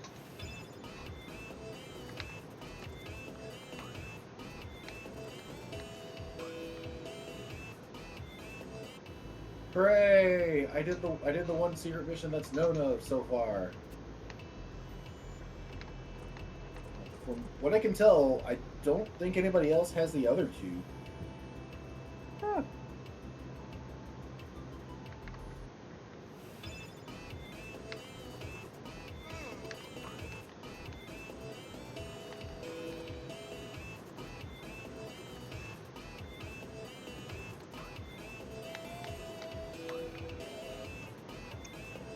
All right, so now I could buy hints, but I'm already still dirt broke because of all this stuff I'm having to upgrade.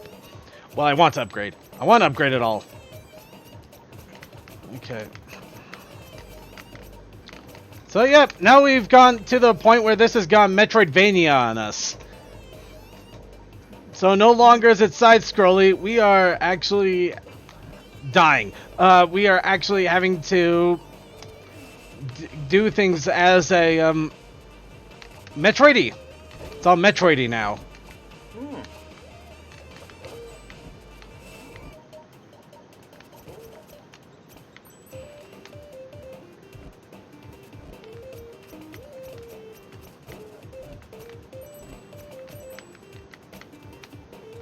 Wait.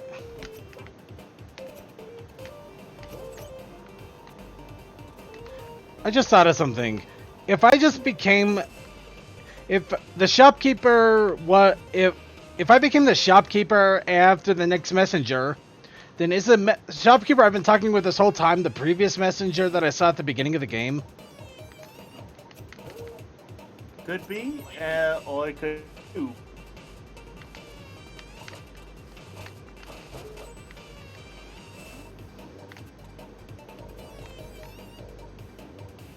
The shopkeeper is Spider-Man.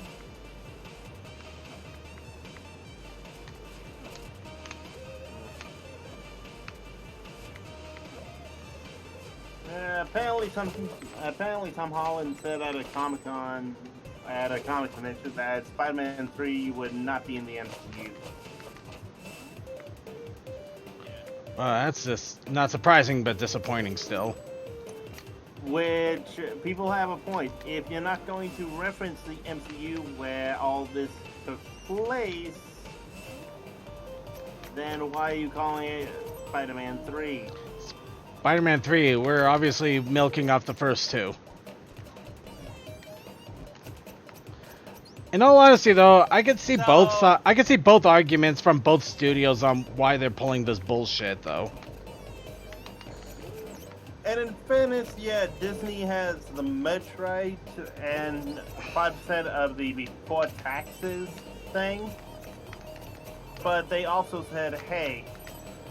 No, let's face it. Spaceballs was right. Merchandising, where the real money from the movie is made. Spaceballs a T-shirt. You say that jokingly, but that's how both Empire and Jedi got made. I say jokingly because I believe it 100% too. Yeah, remember, because I was about to say, no, it's a well-known fact that George Lucas is the reason why merchandising is so sought after in the rights now. Because that's all he asked for out of the Star Wars franchise was the merchandise rights, and he made more money than the studios ever did. Mm-hmm. Yeah. Okay, so I was gonna say to the Spider-Man 3 argument.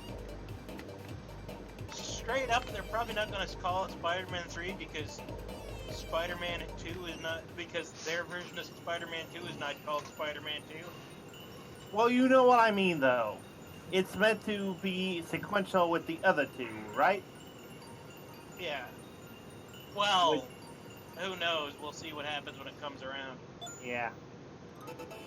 But I understand Disney going, hey, we'll cover half the cost if we have film.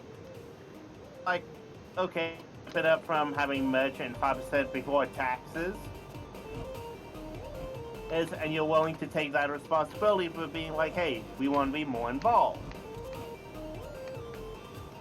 But I could also understand Sony going, you already have more money out of this franchise than we do.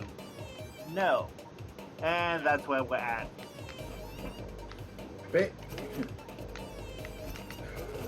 I still subscribe to the fact that Sony realized they were being upstaged.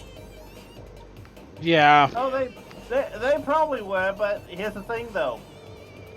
Oh, there can always be an action where Disney puts the kibosh on them ever using Spider-Man outside of films because they technically own him in everything but live-action film rights. I can be incorrect. They could also have animated rights for movies. But you know what I mean. All has for Spider-Man.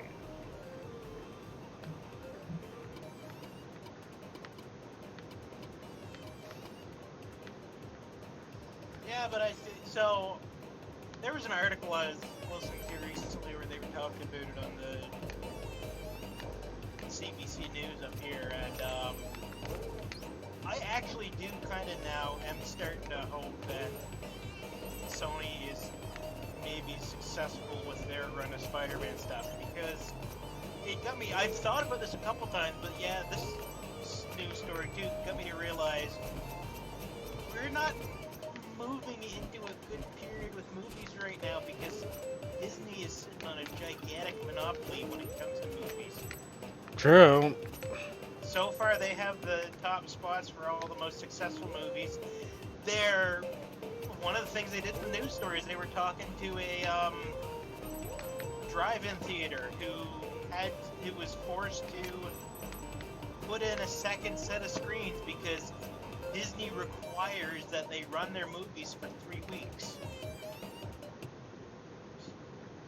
which drive-ins usually don't do because they usually only have one screen to air a movie over the weekend.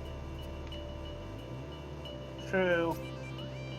But in fairness, unless you're in a very warm part of the country, you only watch movies during summer in the drive-in.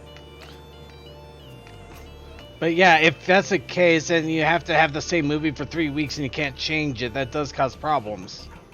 Yeah. That causes problems. Yeah, no, in fairness though, that causes financial troubles in small communities and stuff still. And it ruins a great way of watching movies. You get a drive-in theater back home that only has one screen, and there's a lot of people that would be disappointed if that's gone, because we only have a drive-in movie theater. You have to drive an hour to one of the cities in order to go see a movie regularly. Yeah, the local drive-in here has 2 screens, but they normally run like 3 different movies on it. Yeah, they run throughout 3 the night. different movies at one point. But like, so our drive-in theater usually only does that over the weekend, so they have 3 movies that they show for one weekend. Suki, what do you make And of all then the this? next weekend it's 3 different movies. I make of it that I'm gonna sit here and not be a part of this. Fair enough. But yeah, no, it's great that they got all the Marvel stuff and all that together in one thing, but it's a little worrisome because they also have Disney has such a stranglehold on the market that it could start to become Stagnant. start to become stagnant. It could start to become overpriced. It could start to become bad for small companies trying to make new movies.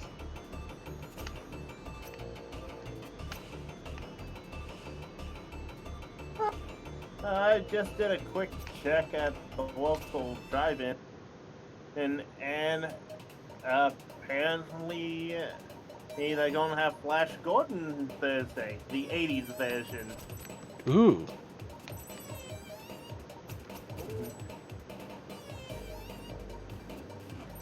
Oh, and Friday, September 13th, they're gonna have a horror movie night. Oh, that would be nice.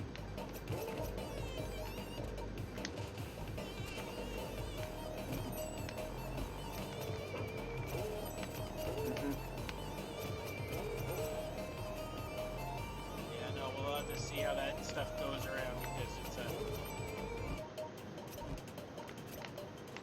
I say it's one of those things where there's good stuff, but there's bad stuff too. True. Pretty much with everything, it's always good news and bad news. Well, here's the thing. For me, Disney, in all honesty, should make a higher company that they still control, but distribute everything that's not, Disney brand, or that they want to have under like the Disney brand. Well, they're probably going to do that with 20th Century Fox, but that still has the problem that they have control of it. A lot of times in these situations when somebody has to come in and break up a monopoly, it's got to be more than just they divide the company up. It can't be attached to the old company for a set period of time. Have you ever heard of Ma Bell? Comes in. Ma Bell. Bell. Ma Bell. If you don't know what that is, then that pretty much is a monopoly breakup at work right there. So Ma Bell was was one of the first monopolies out there for technology. Mainly, it was the phone technology. They were control of pretty much all the phone lines across America, but they were deemed a monopoly. So they had to split up, Yeah. which brought AT&T, Sprint, and I think a couple of others. But that's I know, like, the Bell, payphones like those.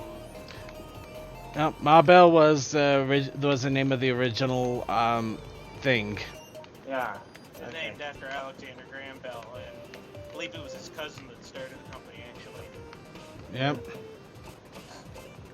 So the Bell Telephone Company actually is still a company up here. I think the difference between Canada and the U.S. was in Canada, the production of telephone lines and stuff was done under their name, but it was government controlled. So Well, it was a declared monopoly in America, so that's why it was required to break up at that point. yeah. Since Canada Canada isn't exactly under America rules, so But yeah, no, I think like they didn't. I should look into what happened with the Canadian side because I know they didn't break up, but at the same time they were controlled by I think the telephone services were A, funded, and B, controlled by the federal and provincial governments up until recently. Yeah. I will say And then this. And then recently they've had their finger waved at a couple of times for trying to monopolize stuff. Well, I can't. which say unfortunately that- Canada has been a lot more strong-armed about putting a kibosh on that stuff than we've been lately.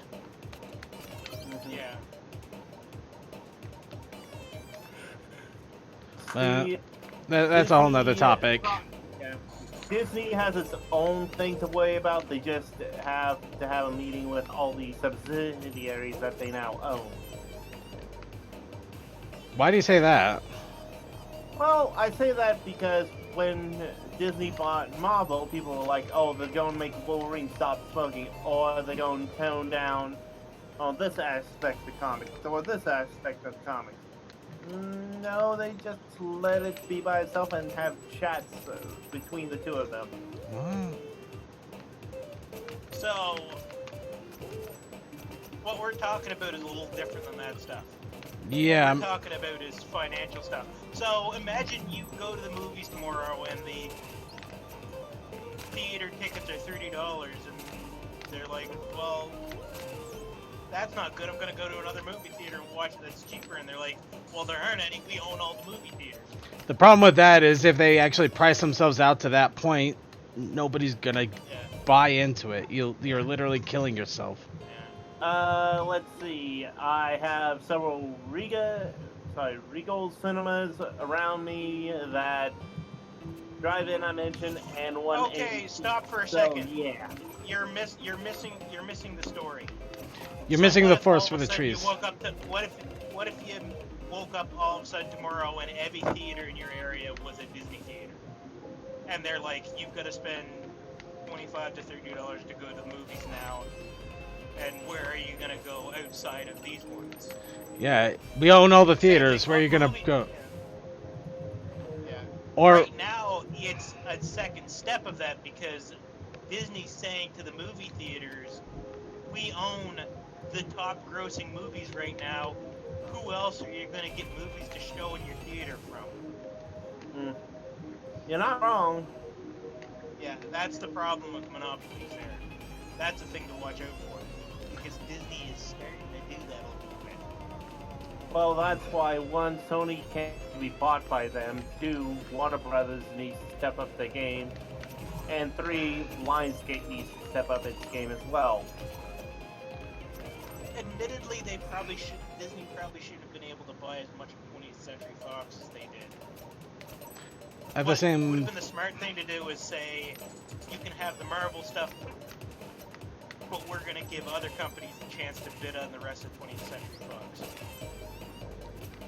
Well, they don't own like Fox News, which I guarantee a lot of people would be. oh yeah, fired. I'm pretty sure Disney would love to own Fox News. Yeah. See, the only thing they don't own is Fox News and Fox Sports. They own all their TV shows, which includes stuff like Simpsons, Family Guy, a lot of the talk shows nowadays.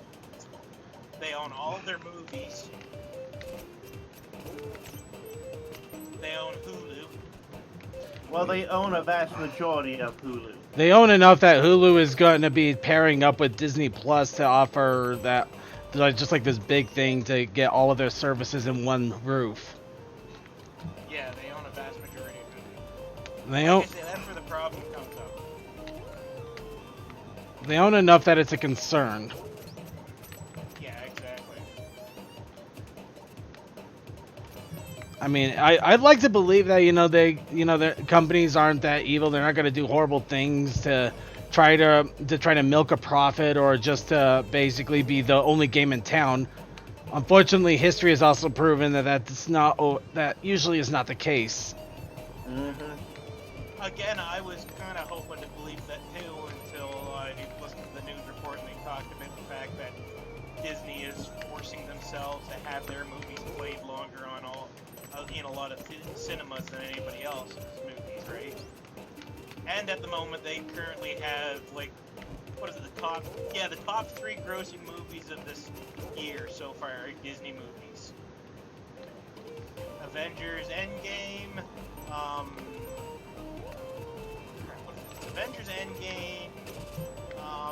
The Lion King, and Captain Marvel. And you can bet as soon as Star Wars comes out at the end of the year, that's going to be on that list, the top of that list too. If they do a Whenever good, the new Avatar comes out, Avatar's a Disney movie now. Well, 20th Century Fox through Disney, but still all back to the same source.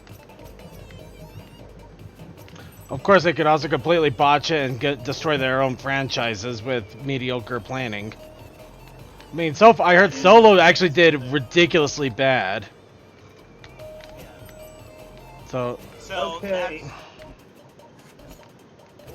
That's the,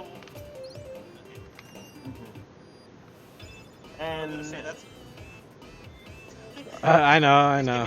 Give me a second here. I was Legit- gonna say that's the one good thing about movie companies is because they still have to actually put out a good product. There's more to it than just the butts and seats and all that stuff. They actually do have to make a good movie because people won't go see a bad movie after the first run Yep. most of the time. But yeah, go ahead, Noah. all right, the current, as far as I can see, the current top 10 are. Alright, going up from 10, Secret Life of Pets 2, wow. Oh, that's 10. How to Train Your Dragon, John Wick, Us, and then 6 through 1 is all Disney movies. Exactly. Yeah. Though I am glad to see that the others that DreamWorks and everybody else is doing decently at least. They're starting to up their game, which is good. Wait, Detective Pikachu is. Oh, Aquaman, Shazam.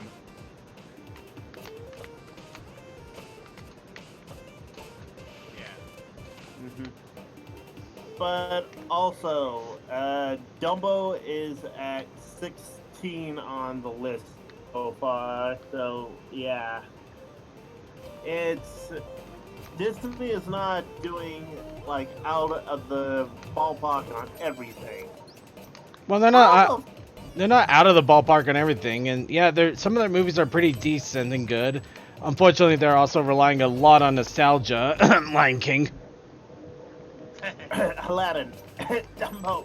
You get my point, though. I get you. I was listening to some reviews and I heard some interesting. I am gonna see them when they come out, whatever format they come out on. But I did hear some good stuff about The Lion King, though. That's up to a lot of that sounds like it's more up to the director saying, well, even though they want us to remake this movie, we're gonna do it in a different style, and we're gonna try to stick to that rather than emulate the movie itself altogether, because And some people have a problem with that, and I'm like, that's fair. Well, some people just want the movie again, which, you know, fine and fair, but if you want the movie again, buy the movie.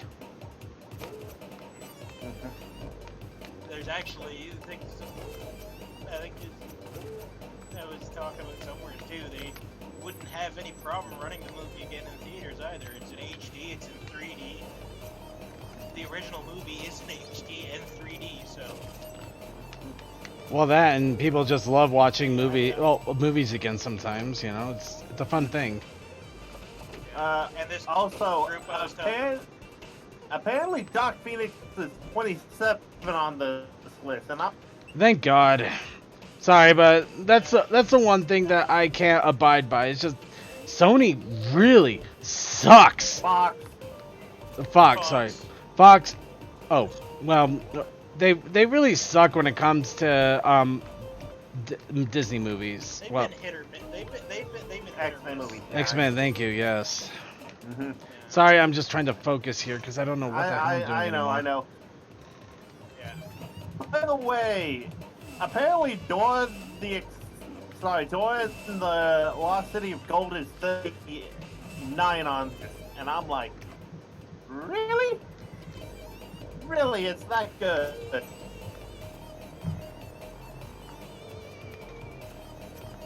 Well, I don't know. I think that one's also nostalgia. Yeah, that could be. Okay. And the very bottom of this is called The Never-Ending Man. Sorry, and it's a documentary, so yeah, I can understand why. The bottom list is a lot of documentaries. Documentaries usually don't do all that well.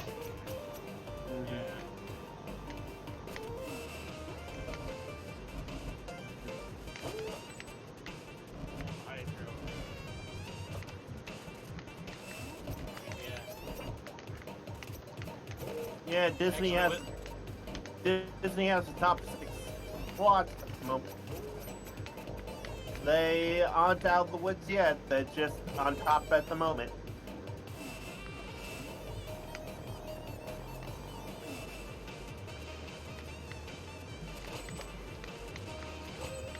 Yeah, but they're probably gonna. So there is still, like I say, there is still an element of them having to sit down and make a good movie in this, and that's the one good thing out of all of this. But they are still starting to get to a point where sheer numbers will play into their favor too. Unfortunately, yeah. At the same time, though, yeah, if they make too many demands and everything, they can kill their own market. So, you know, we'd rather not get a monopoly. We don't want to get a monopoly. At the same time, we don't want to deal with Disney over Disneying. Mm-hmm. Yeah. Although, to be fair, they can now actually make an Aliens ride. Yeah, like they're ever gonna do that. They did once. Like Disney is going to ever do that. Again, they did No, once. they actually did once. I stand corrected. They did. So they didn't do an aliens ride. They did an air quote aliens ride. Because they didn't have the right. Yeah, there was a podcast or somebody was talking about it. It actually later on became a Lilo and Stitch ride. Yeah, Stitch's Which Great Escape, owned- and Yeah. which that basically just had the whole. They just Yeah. replaced the alien in that with Stitch and his antics. Yeah. I think somebody said the unfortunate thing with that is that it kind of cutified it up, but no, before that, the alien they had was actually fairly scary. And you're a kid sitting in a dark room, and you feel what feels like something breathing down your neck while you're sitting in the seat while they talk about this alien escaping. Yeah! That sounds fun. I didn't want to sleep anyways. Actually, it does sound like fun. Let's do that. Yeah, admittedly, it does sound like fun, and the people that fucking did it as kids said they loved it, but, I mean, yeah. This is annoying. Well, yeah, no, they might do something like that again at some point, that'd be nice, but... Okay, Yeah, no, so I but- wasted my time. Sorry, I'm just trying to figure this out. Right, yeah, you know, you get into stuff like that and it becomes a problem. We were actually mentioning the phone thing earlier. With the advent of cell phones and the way the companies formed up around Canada, we are actually still in a process of trying to back off of having a triopoly, the best way to call it. It is the problem of 3 companies having control of the entire cell phone market, and then they just stopped competing with each other. They kind of competed with each other, but prices went through the roof. And luckily up here, the government then came in and said, if you're gonna do that, we're gonna start putting in new standards and stuff. Started off with the fact that they gotta share they've gotta rent out and share cell phone towers now. They can't have all their own towers, which was a problem where every time one company set up a tower, it's like, this is our tower, you can't use it. Then eventually the government came in and said, we can't have thousands of towers going up across the countryside. And then came in with the, alright, you're limited to 2-year contracts, you can't offer 3-year contracts. You cannot charge people fees for breaking out of their contracts outside of the price of the phone. Also, Then they came in and said you gotta allow people to unlock their phones. After that, they said you can't charge people for unlocking your phones. After that, he said, okay, you're not allowed to sell locked phones. After that, they said, shut up, Bell, and unlock people's goddamn phones. Ooh. Because that was an issue too. By the way, second, LinkedIn videos, a defunct land for you about said alien ride. Alright. Actually, the most recent thing about all that stuff I did was a couple companies tried to reword the 3-year contract and reintroduced it, and the CRTC just came around and said, hold off on those 3-year paid programs. We're going to look into them and see whether they're the same as contracts. Yep. Because that was the big... So, the thing behind the 3-year contract is that's a big monopoly thing because you prevent people from buying from other companies when you change your pricing for services like internet and stuff.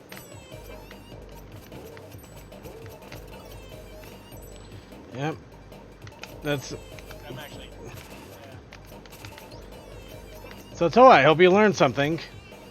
Yep. I'm actually in the middle of that now too because I've got a... So I wasn't done my 2-year contract, but with this last I had some trouble with my data and then went over and then they locked it out and then I got them to lock it out once but then they locked out again and I'm like, oh good, I got a solution for this later on. Then I also found out that I had $112 left on my phone contract and I'm like, yeah, no, sure, I'll just pay the rest of that off.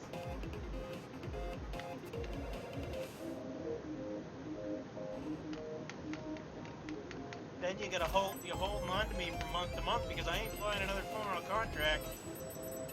I'm gonna put the $500. I know everybody can't do this, but I'm gonna put the $500 down and buy a Acer phone with 2 SIM card slots. That way I can have a second card from another company if I ever need to get better services somewheres. Which would be kind of cool to be able to do. Yeah. I'm actually, like I say, it's about stupid is that I think the phone I'm looking at is $430. It's not the best. Phone's completely unlocked. If you ever want to look for stuff, Staples tends to sell unlocked phones. Oh man. Whether they do in the U.S. or not, I think they. And here's 10. With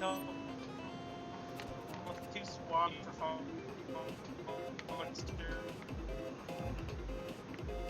Or almost regions.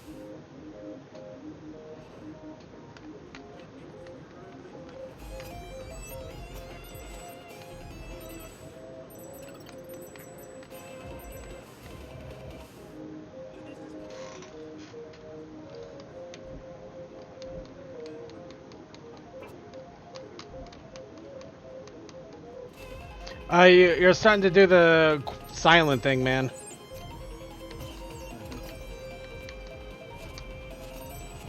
Anyway, here on the messenger, I keep dying. But now I think I finally figured out where I wanted to go with this. I have no idea.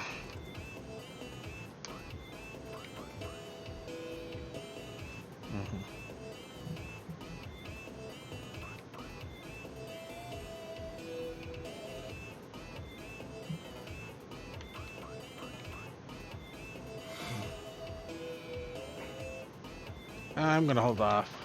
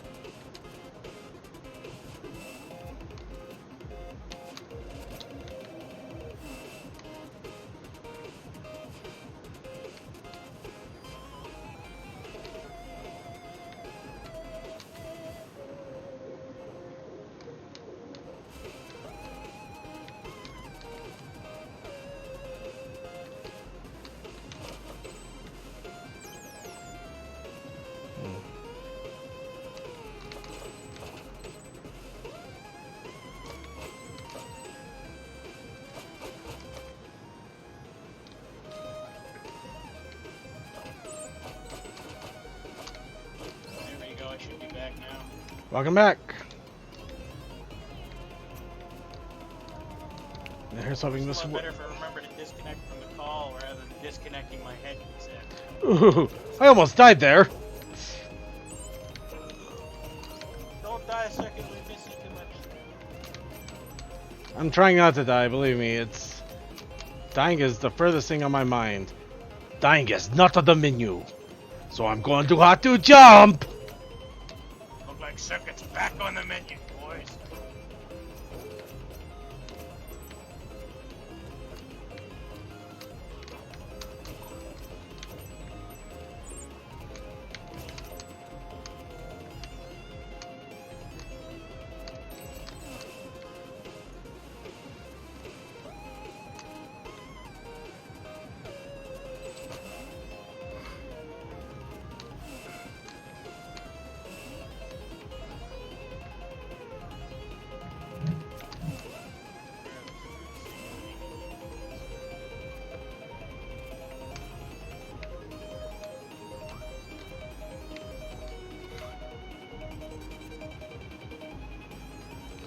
Did I make it? Actually, Sorry, yeah, go ahead.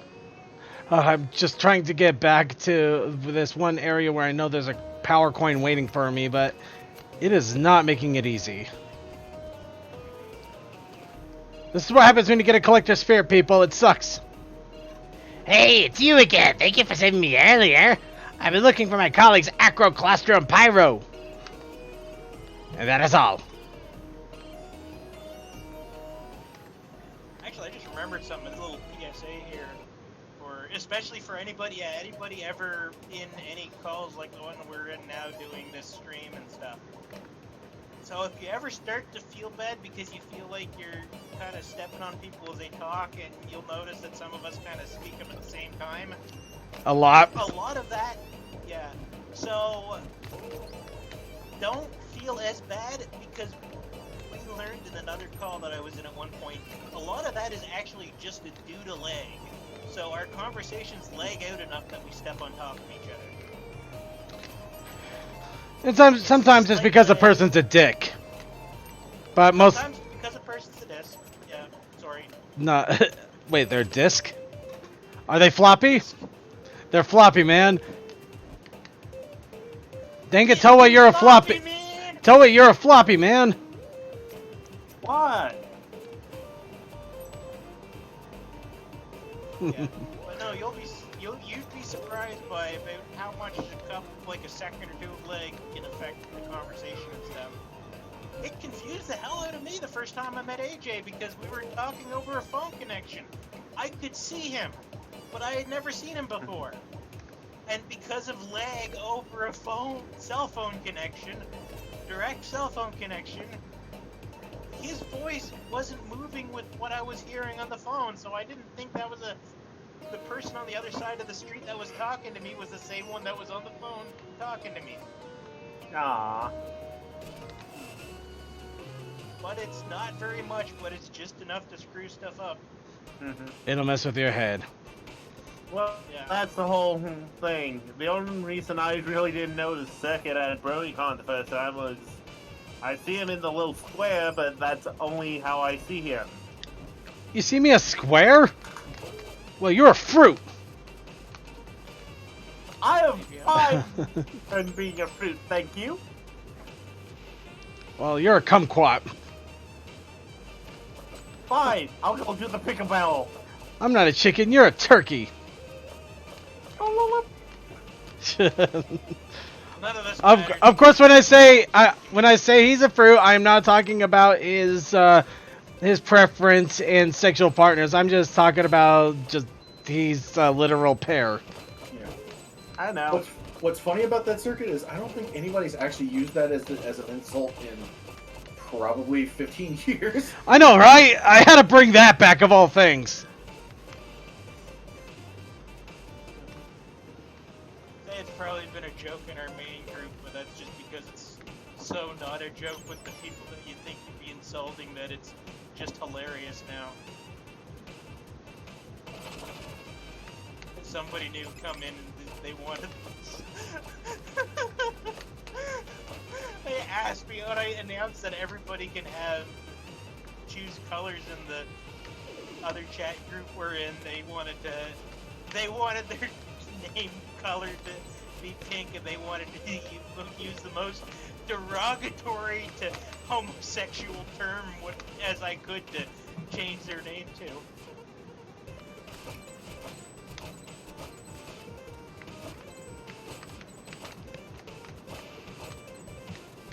Ah, did it. I finally got the power coin. Jeez, this was a headache. Alright, so I got all the power coins in Autumn Hills. I haven't gotten any in Forlorn Temple, but I can't even get in there, so big surprise. So, let's go to the catacombs. Actually, what's the, Once the bird returns to the nest, it shall learn the power of true sight.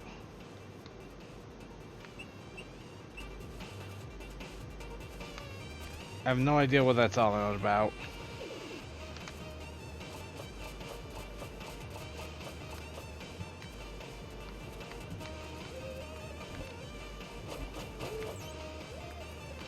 But yep, making our way back to the catacombs to start exploring there, I guess.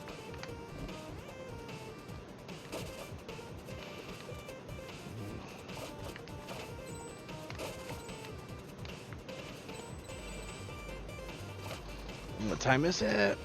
4:35. Okay.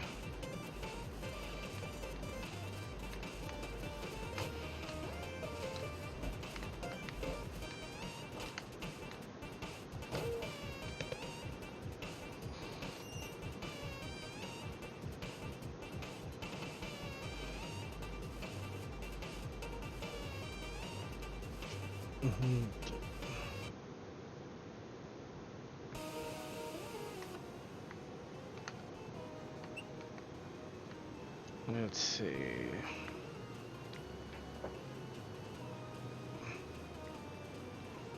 So catacombs, I should be able to get through without too much difficulty. Looks like there's only a couple of power stones, and then that's it. So here we go.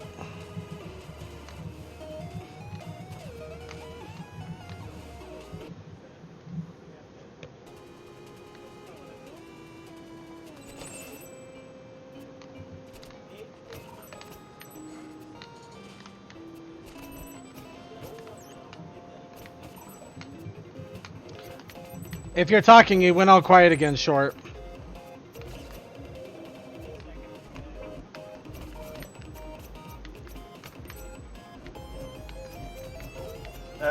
Short quiet for anyone else? I just Yeah, mentioned he's it. doing Okay, didn't know. If you start hearing screams of rage, then he's aware of it. Yeah. But that's the thing between us, boss. I can sometimes play right off of you and we can keep the round going for a little bit. If you want to call it that. Eh. There we go. I should be better now. Yeah. I'm still trying to figure out what's wrong. I don't know if it's the headset or the phone. Is it auto adjusting by chance? It shouldn't be. We'll double check that here when I get a chance. The headset's supposed to control a lot of that anyways.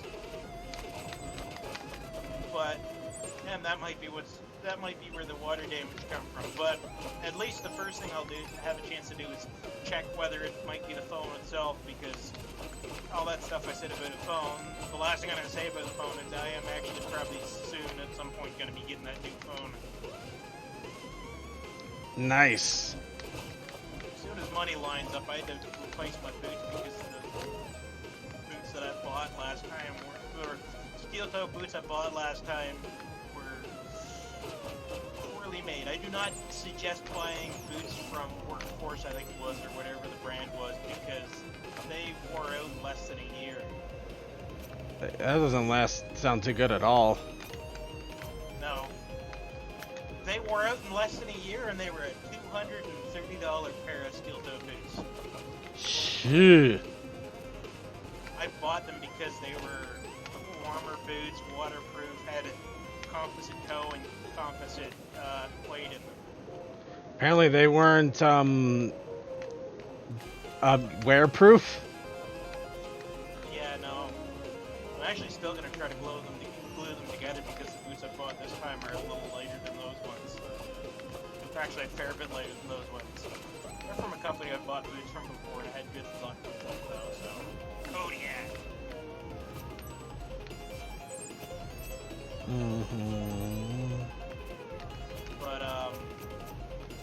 But yeah, no, I was gonna mention that this year is gonna be a different trip to TrotCon than the last couple of years, maybe, because we're not sure yet, but AJ's got another thing that he's planning. He doesn't know whether he'll be doing it yet or not, and he might not be able to come to TrotCon if he does it, so. Oh, say it ain't so. Yeah. It's gonna be sad, but at the same time, it'll just be me and Scoon and I, and there'll be a little more freedom in the trip because I don't like to keep AJ away from home too long. But yeah, no,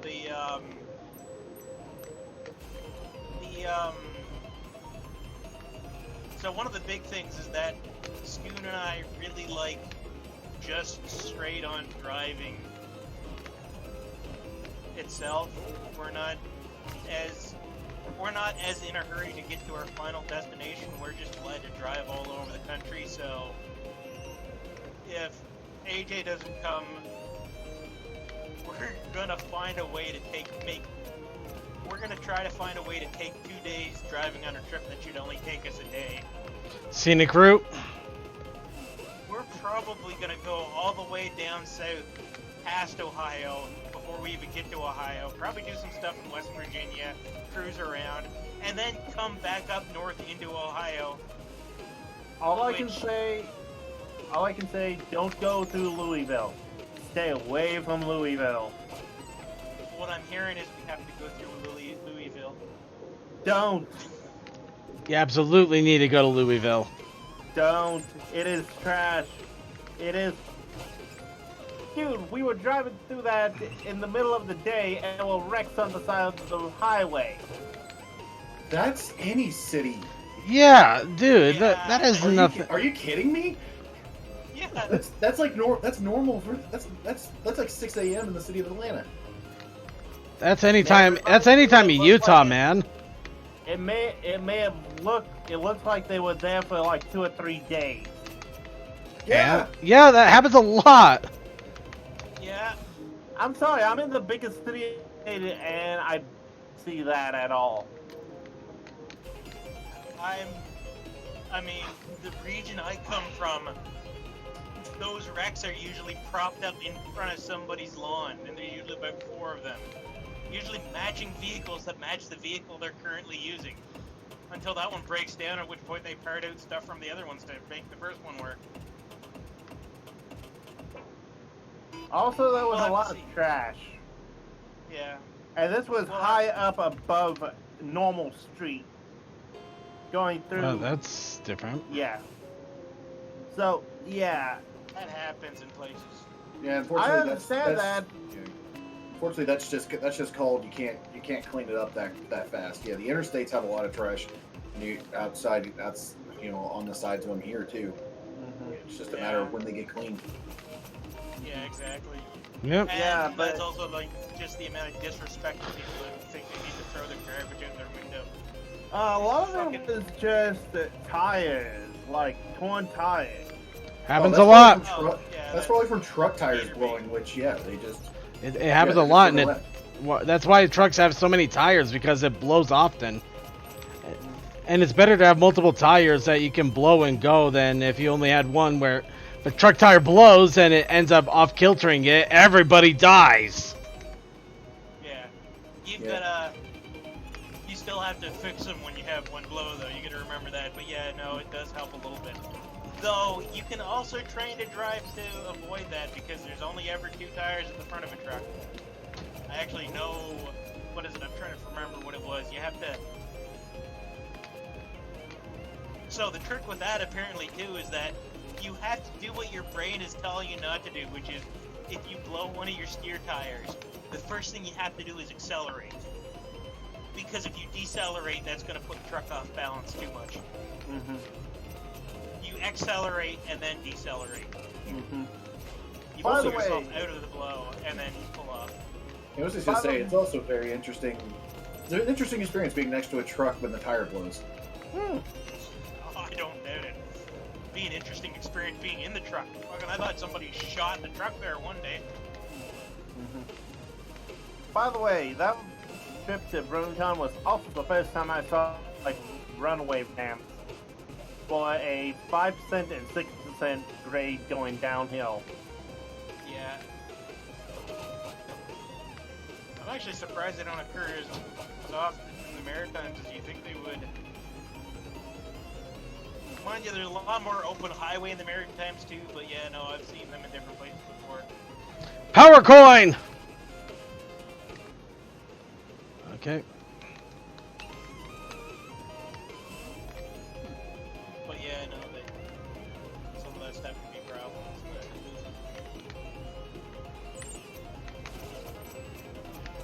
It's always tricky because there was a couple people there the other time.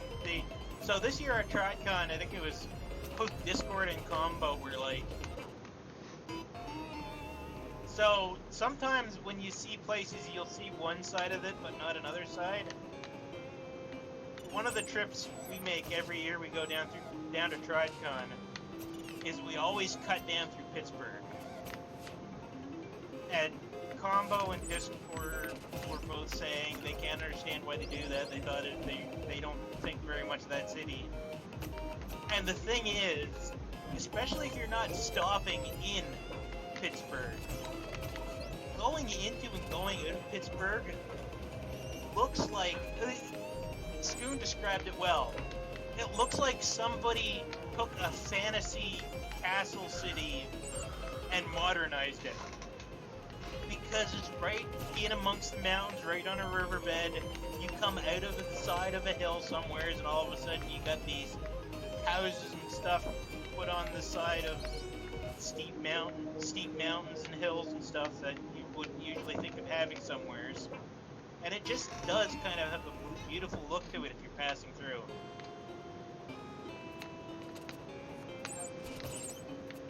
That's the reason why we always do these weird trips. Yeah. Not only that, but this year I got lost a little bit and figured out bypasses to make it quicker through Pittsburgh too. Plus, you got to do the most important thing. You got to see America. You get to see America. America, man. Actually, since I've started driving truck, I've seen a lot of America. And another power coin. Seriously, these things are a pain to collect. I've seen more of just North America than I've ever seen before since I started driving. In all honesty, I like that. You know, it's just fun. It's a different kind of fun, you know? Oh yeah. You get all kinds of different views. As the hubs call them, the anti-hills in Saskatchewan are a neat thing to come across.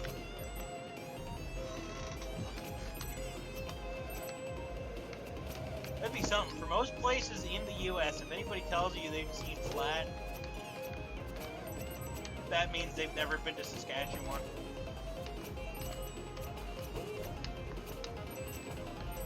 But you got these river valleys in Saskatchewan where the river valleys have cut through lower than the flattest Saskatchewan itself, so all of a sudden as you're driving along, you come into this valley that has no trees on it because not a lot of trees would grow through Saskatchewan naturally.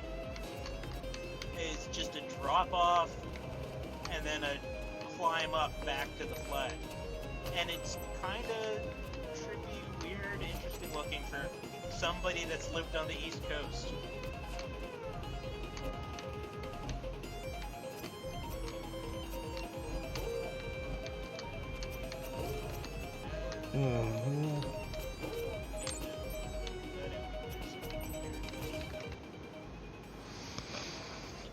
Okay. Almost back on track here. Oh, there's a Rona that's still up in there. Hooray! I finally got the Path of Resilience. A lot of the Ronas up in Canada closed recently because Rona was actually a division of Lowe's. And they've had to cut back on a lot of their business. They ain't doing so well. Oh, that sucks.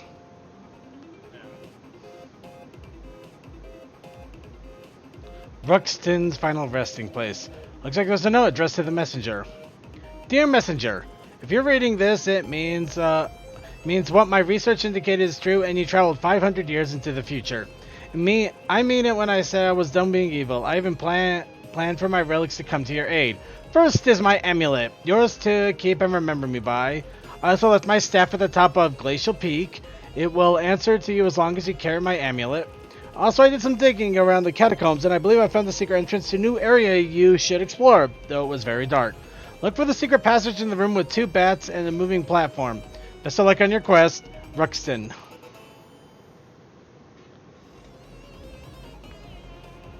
Alright, well, I found the secret place, and I got Ruxton's amulet now, hooray. To the bamboo forest. There's an interesting thing I keep on noticing up here. It makes sense, but it's still kind of interesting still at this point to see it, which is...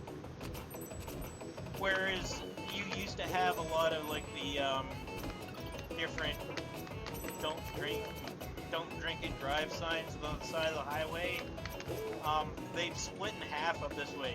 A lot of them now are don't drive high now. I mean, I shouldn't be surprised that obviously that would start to become a problem. Yeah. Also, it hasn't. Interesting thing is, it hasn't become a problem, but it was part of the deal for legalizing it in the first place. That there is a requirement to make sense too. There's a requirement to set up an education program for it because it's more than just legalizing. You have to, I think even like in the stores, you have to have employees in the different stores that provide weed that can explain the differences between alcohol and weed and explain how to properly mediate what you're doing and learn your limits. That actually sounds like reasonable and logical explanations. What the hell place are you at? Canada. God damn it, Canada, why do you gotta be so awesome? I don't know. Or mostly awesome. There's some iffiness with some of the provinces and how they handle that stuff.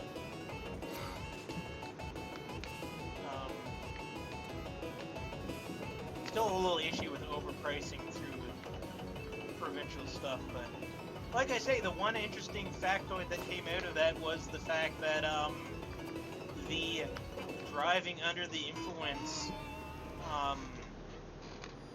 guess an article I read about this said there was a like a year before we legalized it, there was a physical on the enforcement side, there was a actual decrease of the amount that they were enforcing marijuana laws before they legalized it too, to kind of ease everything into place.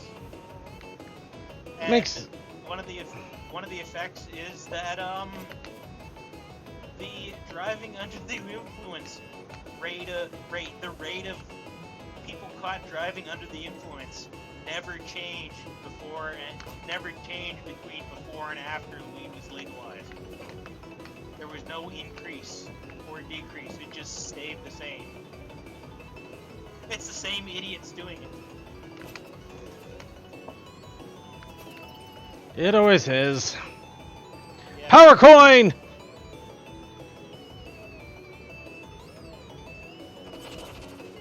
Also, fire and brimstone hasn't fallen from the sky yet, and worker productivity hasn't gone down around Canada yet. So, But has still God looking good. has God come down on high to shun us for our misdeeds?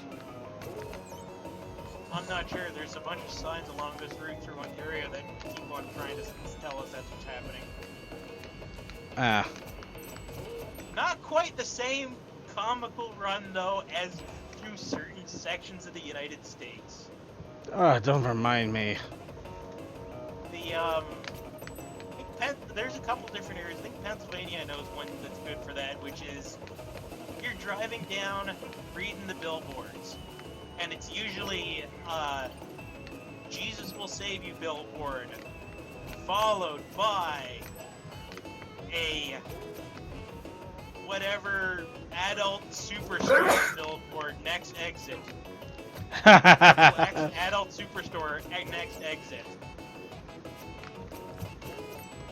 I'd like to see somebody do a billboard with just like, Jesus saves, everybody else takes damage. Just because I know that would get up somebody's craw, but it would be so much fun.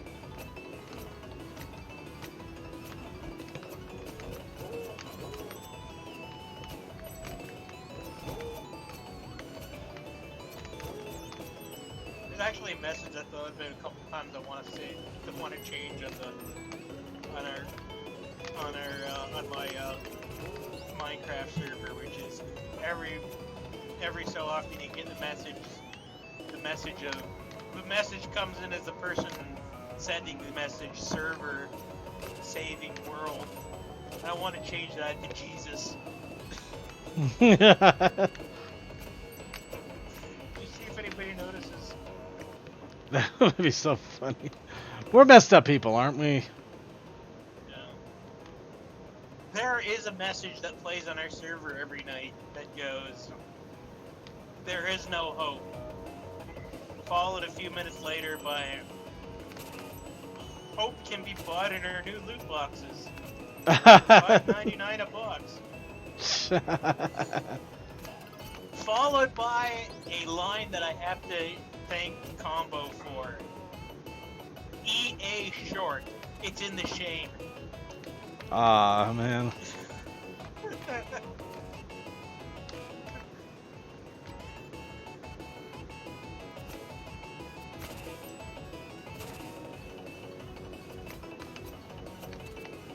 Alright. Go ahead. No, I'm just talking to myself a little bit here. Because Messenger is so much fun, but oh god, I am... When it goes into open world, it really goes open world, so I'm just like exploring everything again.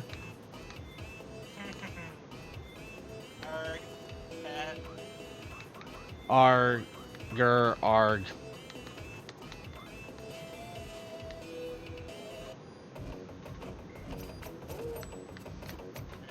hey. Oh, that bad. Hey, Pat, is he?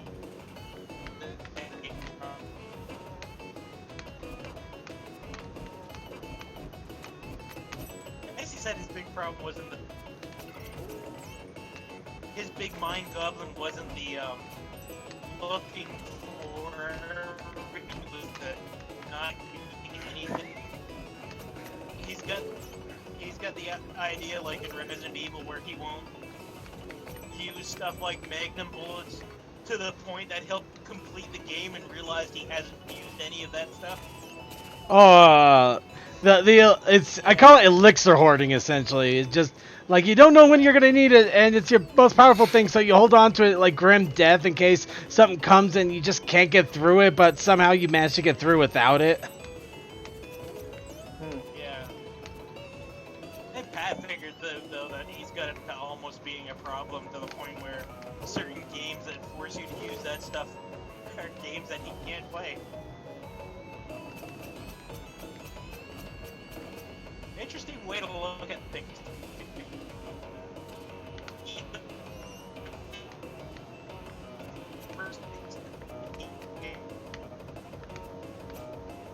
You kind of went nuts again.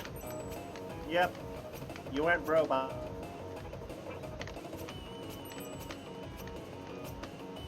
So did I go robot or did I go?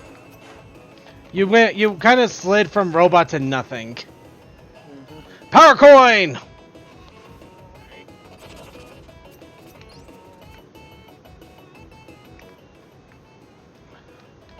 I gotta admit, I like going through the bamboo forest. The music is so much fun.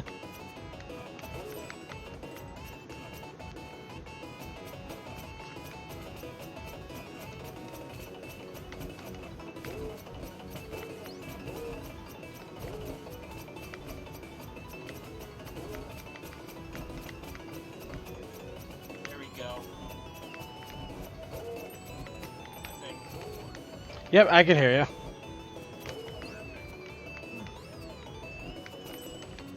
That's the one thing we noticed there one time doing this issue with the headset. It seems to come up after there's been a hiccup in the connection. It seems like the connection goes in, comes back in, but as soon as it comes back in, the audio problem comes in.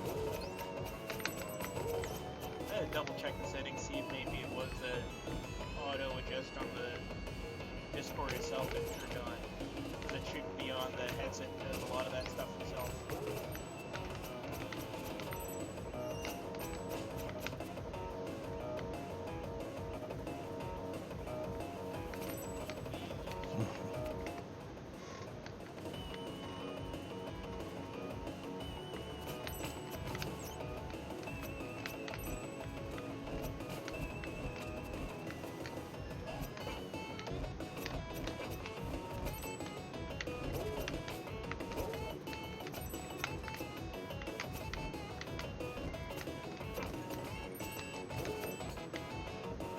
Okay.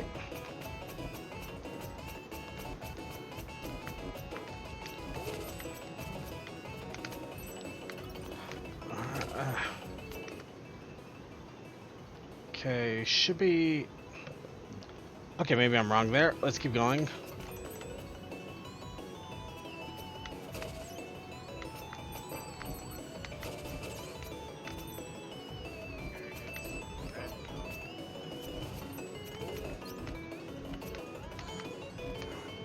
Oh wait, I remember this. Yeah, I'm not gonna mess with that again.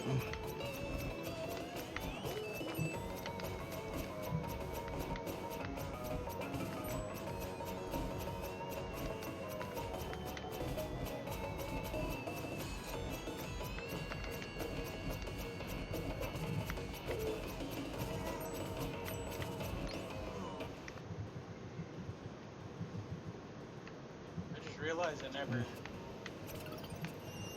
And a couple pictures of stuff I picked up at the con that I haven't added censor prayers to and linked in chats yet. Oh god! Our chat, right? Oh yeah, if I link them in your chat, that's censor prayers. Oh, okay, I can work with that. Yeah. No, like I say, the reason I haven't just dropped them in this chat, I think they were discussing stuff and I was gonna add them to this chat at some point, but I never had to because I've got to do more than just take pictures of them. They be the new pillows I bought.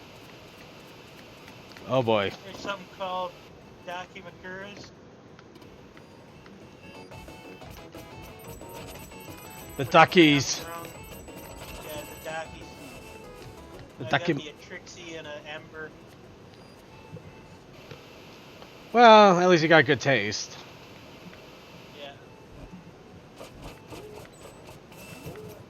There was a... What was it? There was a Derpy that Frisk had up for sale too, but I didn't get to that one in time.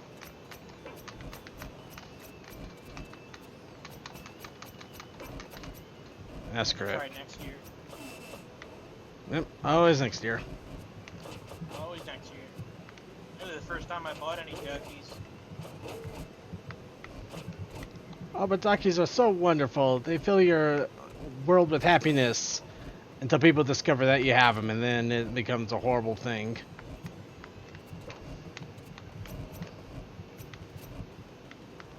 Unless you're somebody that just leaves them out for everybody to see. Who does that? I don't do that. What makes you think I do that? Unless you're the guy there from Linus Tech Tips that donated the one that they have on their bedroom set.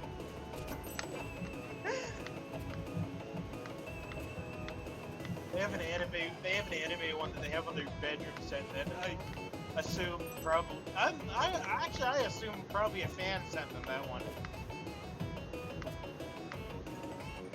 Surprised somebody hasn't sent them one that's just of a graphics card. That would actually be really hilarious, and I'd be all for that. Yeah. Now I'm thinking about it. I want to make one like that, except I don't have the money to actually produce a Daki. I'd draw one, but I can't actually make the full one. Oh, I found one of the Claustro, I presume. Hey, that's such a cool sword. How'd you end up trapping here? Oh, the irony, right? It's a very embarrassing tale. I'd rather get back to my workstation. Thanks for snapping me out of it. And I've rescued Claustro. Actually, a neat thing I realized the other day while listening to another podcast that there's a little thing that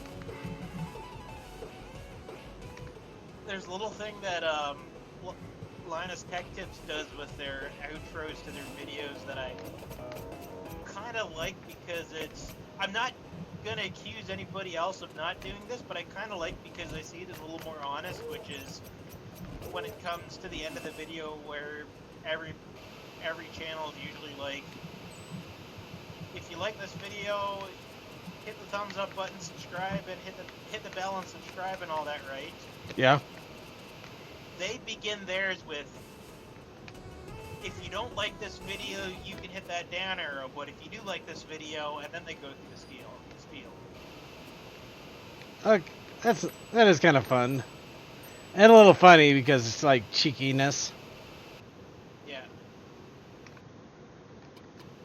They've had people do that before, too. I was listening to one of their podcasts, and they tend to be fairly upfront about their... When people bother them about their shilling, tend to be fairly upfront about that. Yeah, of course we advertise. We do advertisement stuff. We advertise, we kind of like having money because it helps us live. Yeah, exactly. Well, that's straight up what Linus says, is the fact that he's running this as a business and he's got employees to pay and stuff, so as a business he's got employees to pay and stuff, and so he's got to do it that way. They had an issue a couple weeks ago where the first part of it, they admit they fucked up on their end. What happened was they had a sponsored video go up, so somebody paid them to do a video about a product. But they didn't put the sponsored content thing on it. They put the wrong name on it. What happened is that Oh. I think they put a name. The guy who uploaded the video uploaded it with a name of another video they were doing. Ooh. So it didn't come up as So apparently what they do is they refer to their review videos will have review in the name somewheres. Yeah. Their sponsored videos will have the word showcase instead of their word review. I like that. That's nice. You can tell if it's actually a review or if it's something that they were asked to shill. Yeah. Yeah, exactly. Not to say that shilling things is bad. It's just it is what it is. It is what it is, yeah. But yeah, no, they refer to it as a showcase, and they don't outline it. They try not to outline it like a review either. They try to make it so it wouldn't be associated as a review. But that's where they had the problem with the one video. They had the problem with was that the name and the word showcase didn't get put on the first round of the upload. They had to go in and change that the next day. But then they were answering the comments because then a bunch of people started bothering them about the fact that they were doing showcases all together. Mm. And they explained, along with the fact that they choose their showcases and stuff, they explained that they're running a business. If somebody hires them to do a showcase, as long as there's nothing dishonest with it, they'll do the showcase. Yeah. They do as much as they can to outline it as a showcase and not set the facts out as a review or whatever. They're not trying to pull wool over eyes. They're just doing it. Yeah.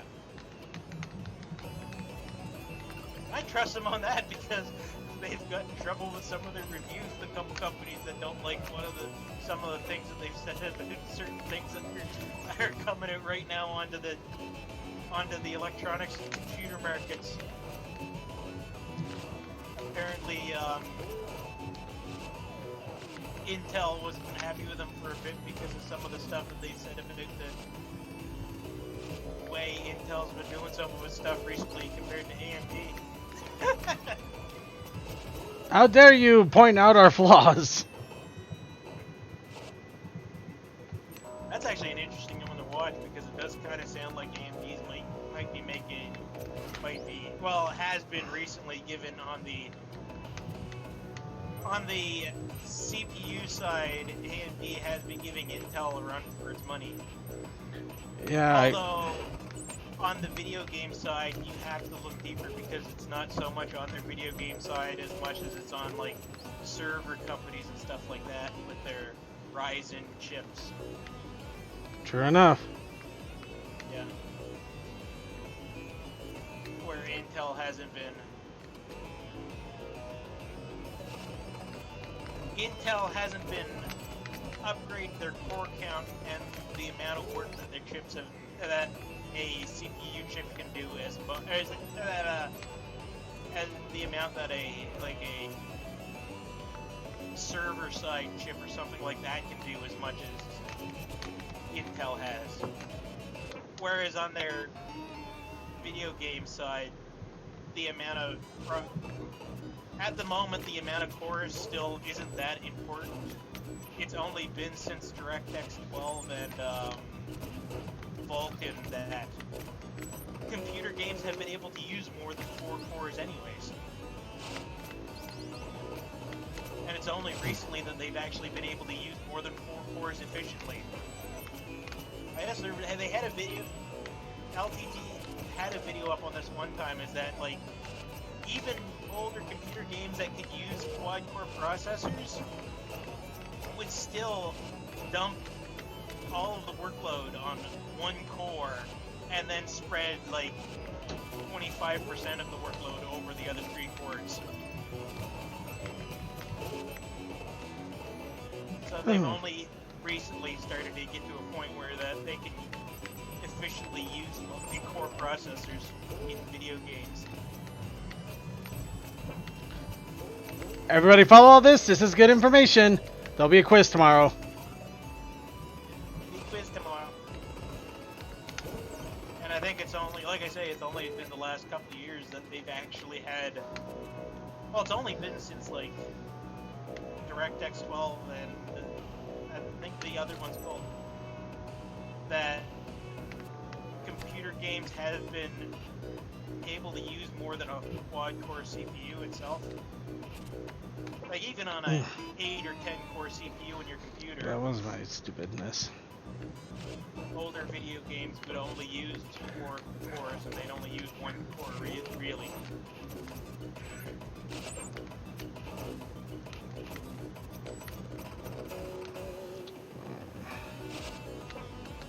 I'm getting frighteningly efficient at this, which is annoying too because it means I keep dying. You're learning the moves as you go through. And that wasn't me being efficient, that was me doing stupid shit. So you jumping in front of a train, was it? Pretty much. It was a coal dust train too, so obviously there was no survivors. Not even the driver. I remember the episode I got to watch with you in that game, and you know what? I think that's pretty well that game is just as learn, keep on going through till you learn the movements, and then beat through that round. Eventually, you'll see it in your sleep. Don't worry. Sure enough.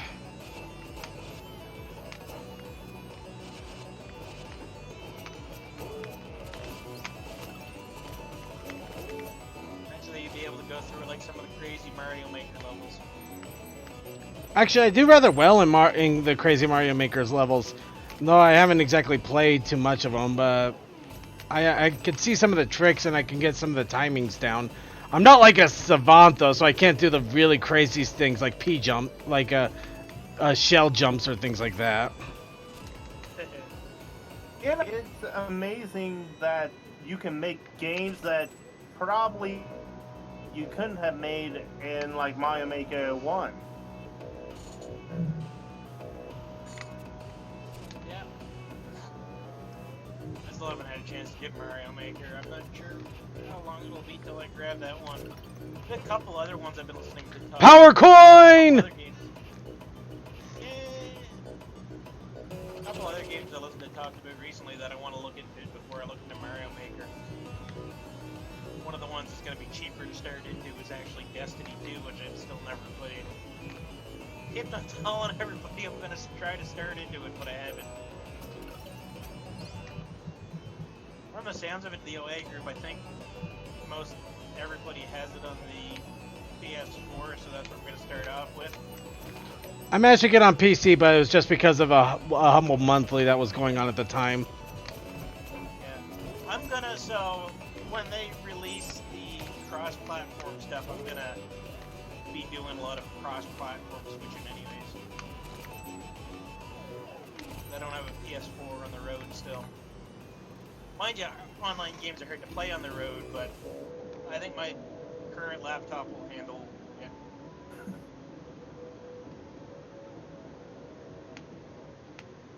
Still have the debate on what I want to do for Ace Combat 7, which I really want to get now too. Boy, a lot of these places are really hooked up to one another.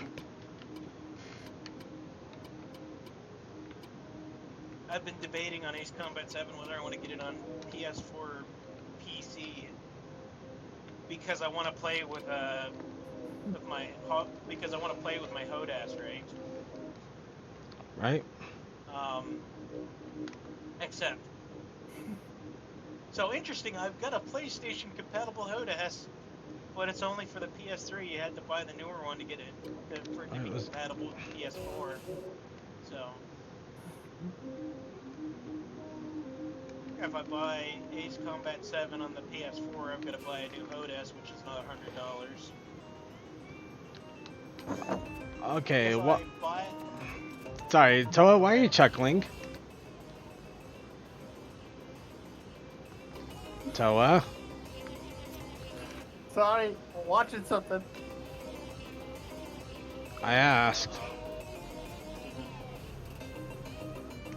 You'll find out later. Sorry, I've been all over the place. You don't say.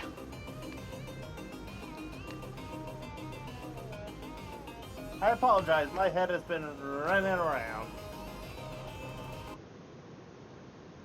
You need to look something up, or just go I was back just to wondering. the- I was just wondering why the hell, what you were laughing at, really. Oh, there's a new source filmmaker that you'll probably show on the show tomorrow if we don't have a ton of backlog.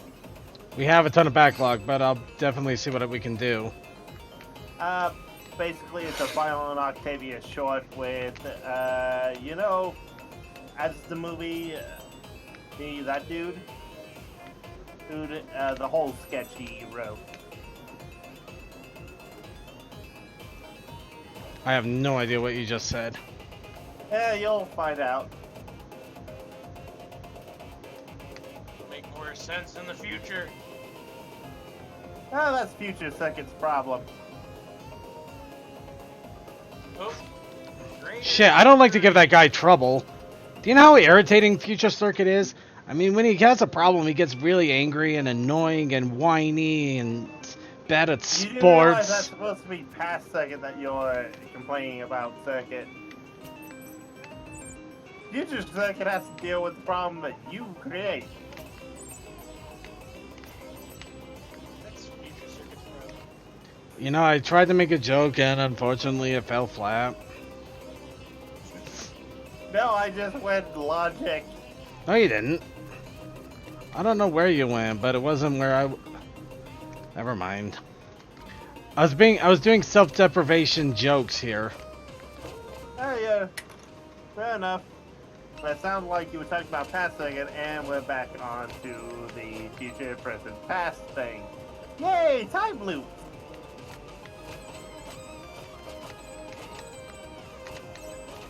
Don't So worry. Circuit, why don't you use PowerCoin?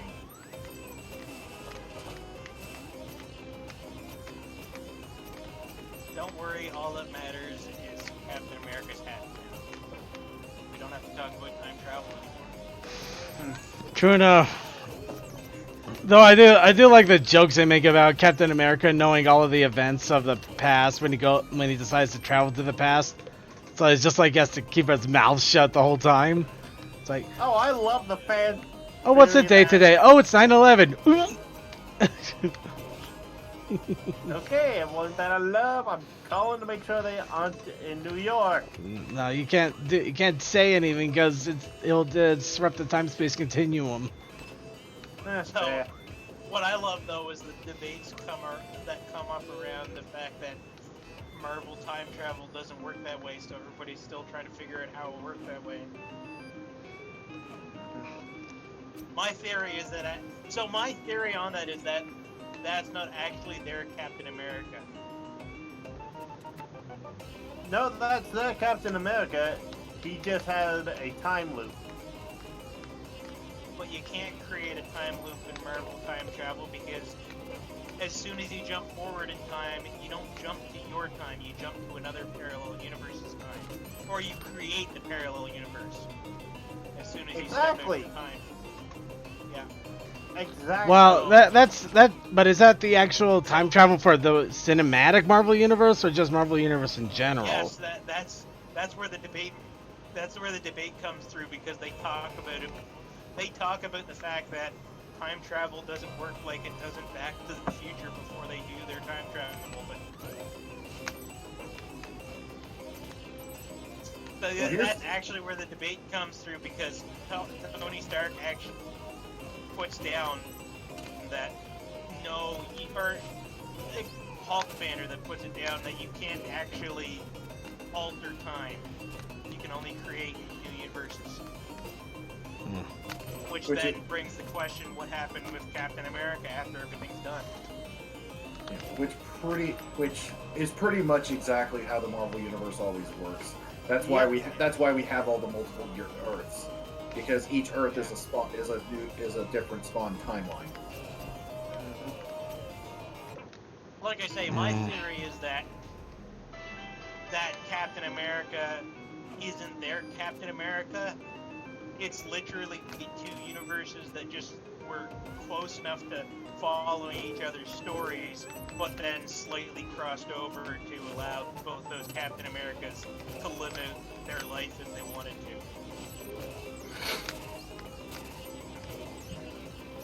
to. I mean, when you got America's ass. Yeah, that's America's ass. Well, also, people have put forth, just for the Marvel Universe fan theory, that when Steve Rogers went back in time, he became Mr. Rogers. That's a different joke. Beautiful day in the neighborhood. It's a beautiful day, except for Nazi scum. But I, for one, am down for that and can see that being a thing. Who said they didn't want it to be a thing? They probably didn't think about that until someone pointed it out, but yeah, that happened. I will say too, outside of that with my explanation, I think they worked it out that way because they wanted to end the story that way. But well, also, here's some. Outside of that, I do really like how Marvel handles its time travel. Well, also, here's another thing you gotta remember. Peggy, who said you look so young, may have been referring to the fact that, yes, there was another Steve Rogers that went back in time and did the thing. And she just saw him as young and like, he's so young, because she was slowly fading away.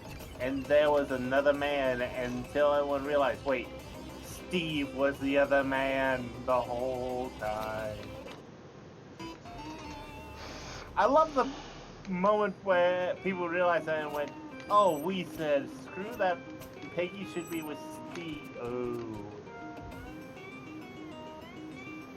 She was. Mm-hmm.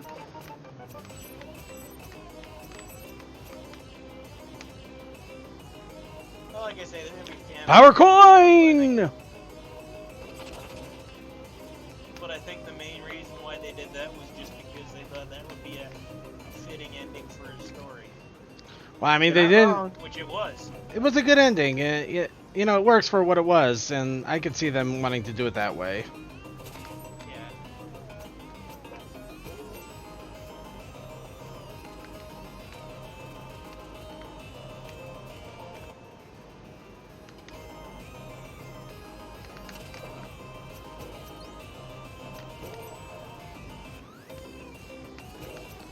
It's just the next phase of the Marvel Universe is going to be crazy. Well, especially since now they don't have Spider-Man, who was supposed to be the next next Iron Man. Yeah.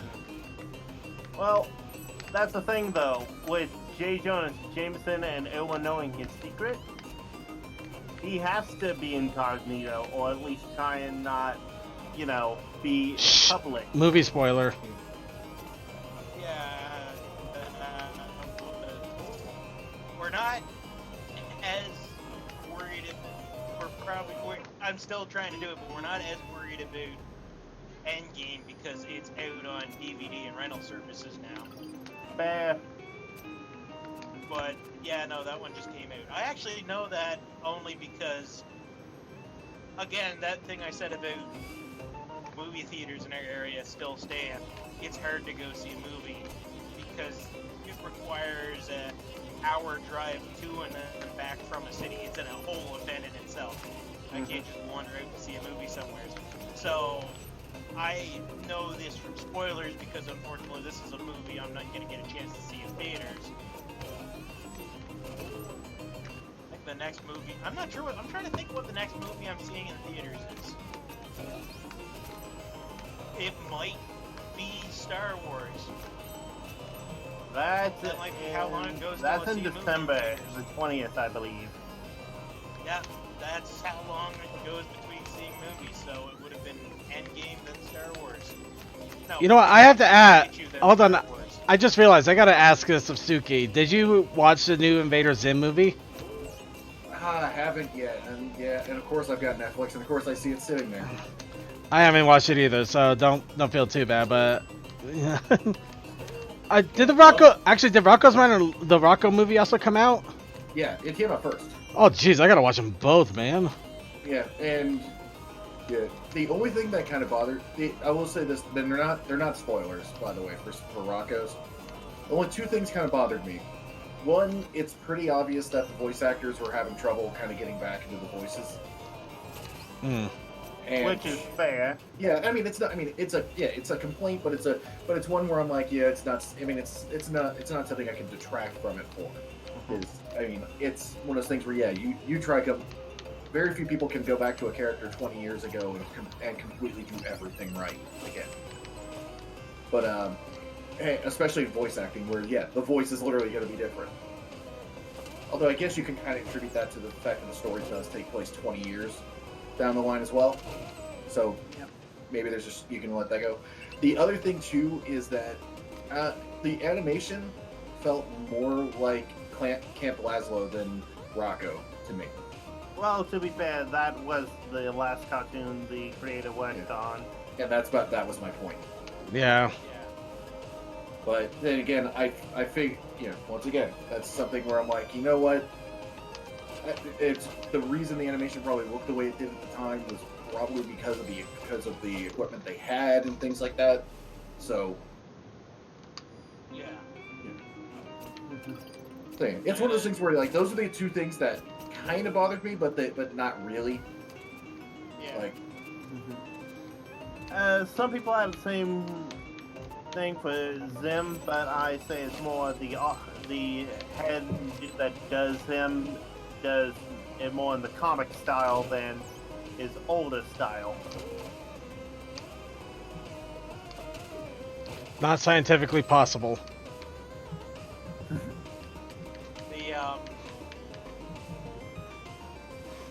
I've been thinking, as I hear people talk about it, I've been thinking about whether I'm going to sit down and watch these movies or not too, which will be interesting because, like, these are shows that I never grew up with because we never had them on any of the channels I had. I didn't have very much for channels to watch as a kid. Well, Invader Zim was one that I got. Was one that I actually got. I didn't get until later. Rocco, I did get in as a kid though. I watched that as a kid, so it's two different views for me on those. I've seen them all around the same time, mostly the Nicktoons Network and Zim coming out at the same time. As a kid, we had some of the Disney. So the channel up here, CTV, has a lot of tie-ins with ABC and their affiliates. So we did get a lot of like the Disney stuff, like the Recess and stuff like that when they were on. Yeah, the Saturday morning. The Saturday morning.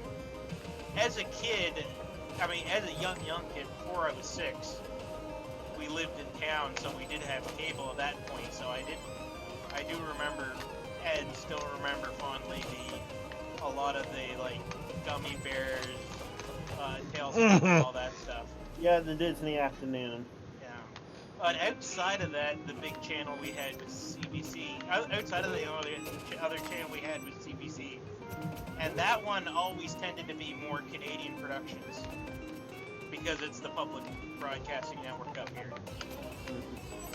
So that was the Raccoons, I'm trying to remember what some of the stuff was. White Fang.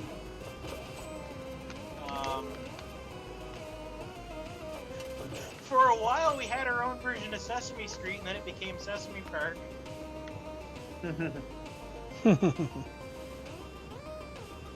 I think when they switched over to Sesame Park, it was literally different. It was still under Sesame Street name, but it was different characters. And I think so I haven't seen the US versions of Sesame Street. I've only seen parts of them, so I think I am assuming, and I think the big difference is whenever they did any extra language stuff, it was always French.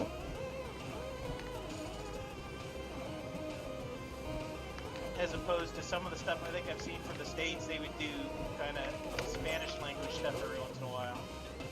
Yeah, because even though German is the second most spoken non-English language, Spanish is up there. Yeah. I got a magic seashell. Is it a magic? Lets me hear the call of the deep, whatever that means.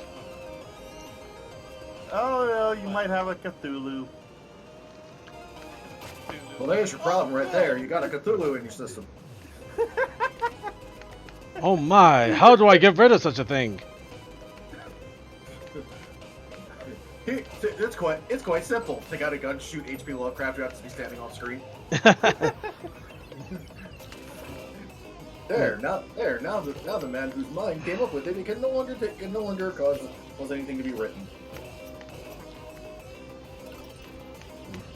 Don't worry, the animator just had a heart attack.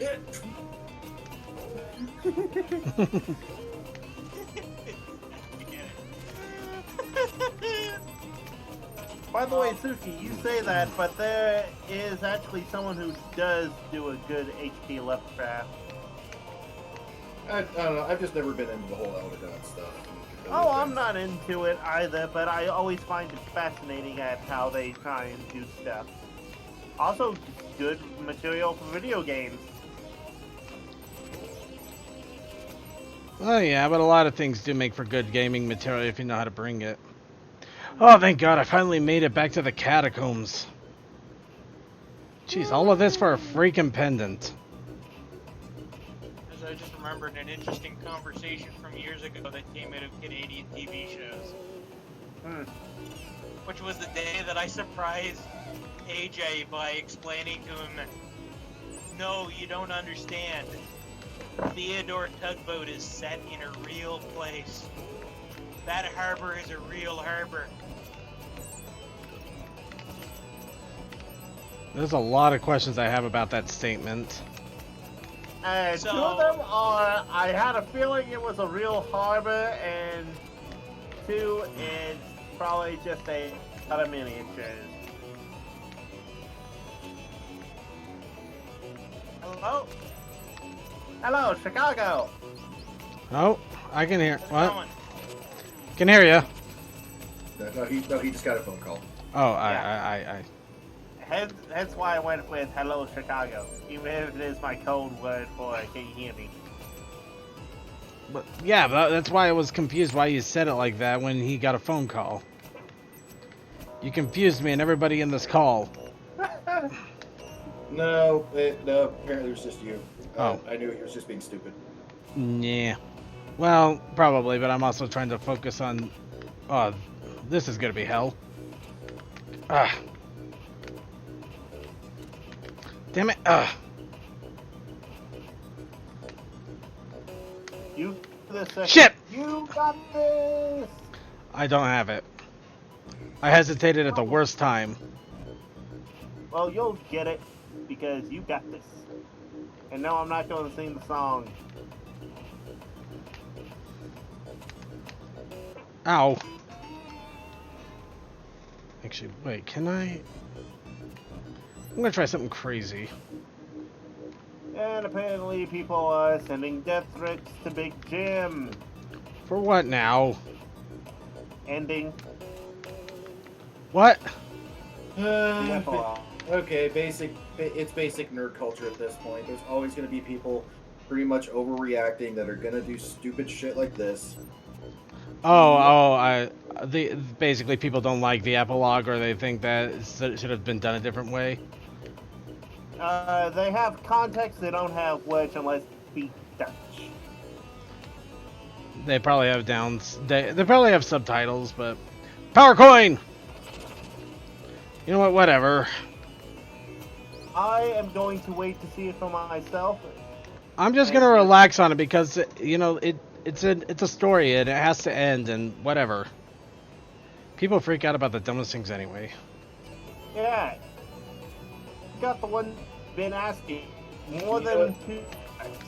You know what the unfortunate thing I just realized this circuit though? What? You kind of have to take it seriously after what happened with Kyoto Animation. Yeah. Oh, good point. Yeah, that is a. Somebody could actually be that insane, couldn't they? Yep. Hmm. God damn it, you firebug ass. Hi. You don't even know what. Never No, mind. I know what's going on, hence why I said firebug. That was not a joke, that was reference. Weird reference. But yeah. Well, whatever. Well, I mean, yeah, we gotta take it seriously, but personally, I'm just, you know, I'm gonna wait it out until I actually see it, and I probably already know what's gonna happen for the one of two things is gonna happen, and it's kind of obvious what was gonna happen one way or another. Because it's kind of what they've been alluding to for the whole season. We know what the two-parter will be about. It's the last yeah. part, the epilogue that a little bit more up in the air. See, it's either Twilight becomes the princess and the princesses retire exactly as they've stating, or they decide that they're not going to retire and Twilight still keeps her queendom in Ponyville. Hooray! No, that's the end of... You remember, be honest, I have another theory. What's that? Yo. All the characters get married to the opposite gender. Oh God! Oh God! Oh no! Oh God! Right, that's right. It is an epilogue, so it could be several years in the future, and they actually got married. And people are freaking out about the ships. Because yeah, all the ships are destroyed. and oh yeah, you know what? You want to know even better? They get married to characters we've never seen before. Oh God! Oh. Like even came back in on discussing what the epilogue will be, not knowing what it is. It's more fun to speculate. Yeah. Especially when we get the death threats thing going. Yeah, that makes me think people are characters are paired together and people didn't like. Yeah. Oh, Well, no! I got it. They did it. They paired up Twilight with Flash. Oh yes, yes. I'm down Back for to that. flashlight. It's like, dude, and I would just sit here going like, yeah, dude, I knew you could do it. Yeah.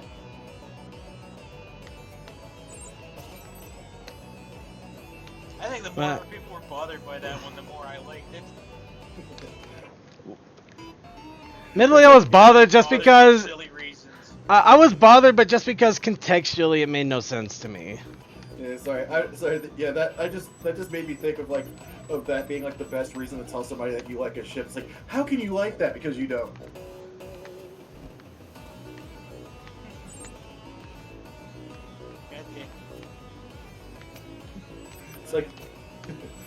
It's like I only like it because you get so mad about it.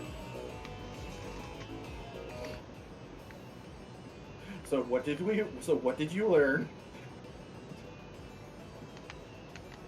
Just don't get mad about things because you're only gonna make me stronger. Your anger only fuels us. Your tears, they taste so yummy. Bring those. Bring up Castle Super Freeze again. That's what Pat lives on. He's admitted it in a couple podcasts too. Is that fucking?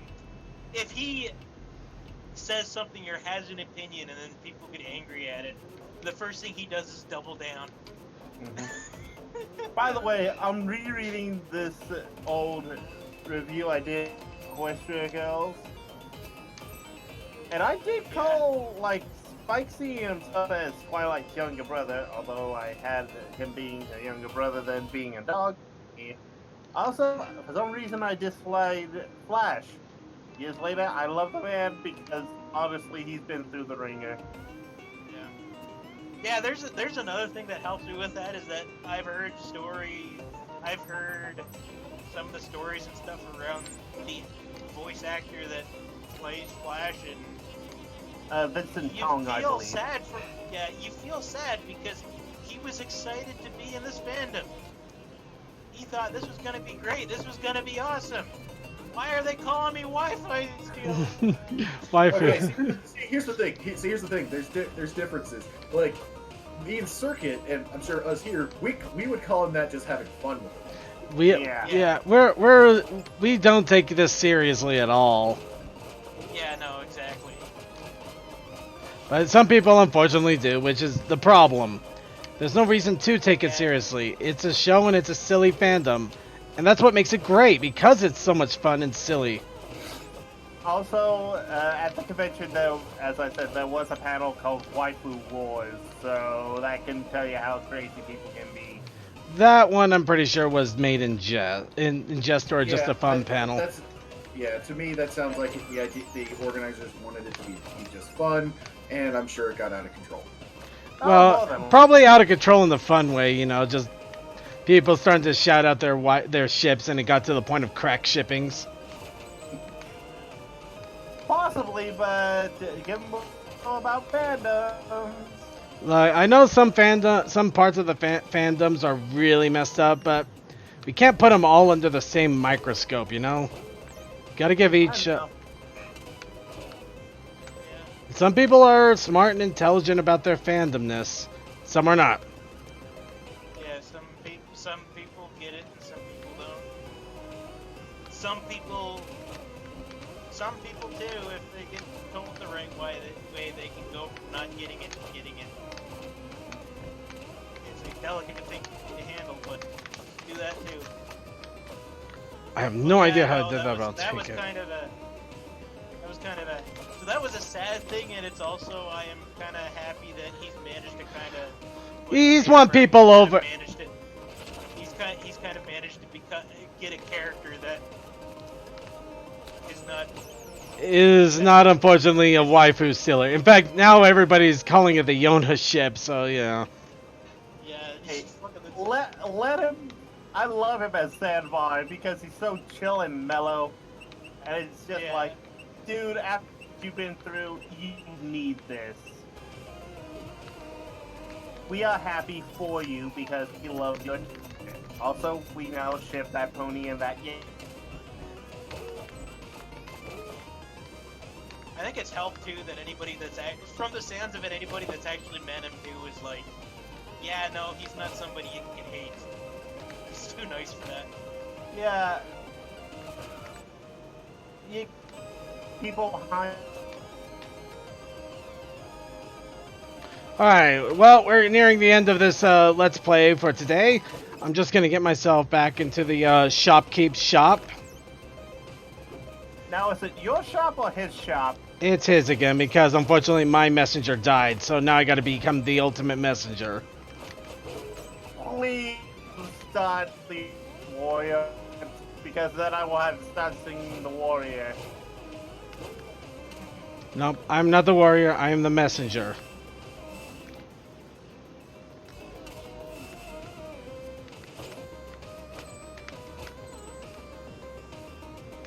I'm nearly onto the 101. The last stretch of highway I gotta travel before I can go to Sleeps tonight. Yeah. Sleeps? There's my shop. Alright, so now we're in the Shopkeep. This will be where we end it for now. Of course, we still got quite a bit to go, because now we've opened up the game in full. I still got 21 power seals. And also I found an underground cavern that I have no idea what is in there or anything, because I can't see. I do know that there is something waiting for me at the Glacial Peak, and I'm going to have to go and take a look through a bunch of stuff here. So, We're not done yet. We're far from done, but we are finally at the end game Until DLC.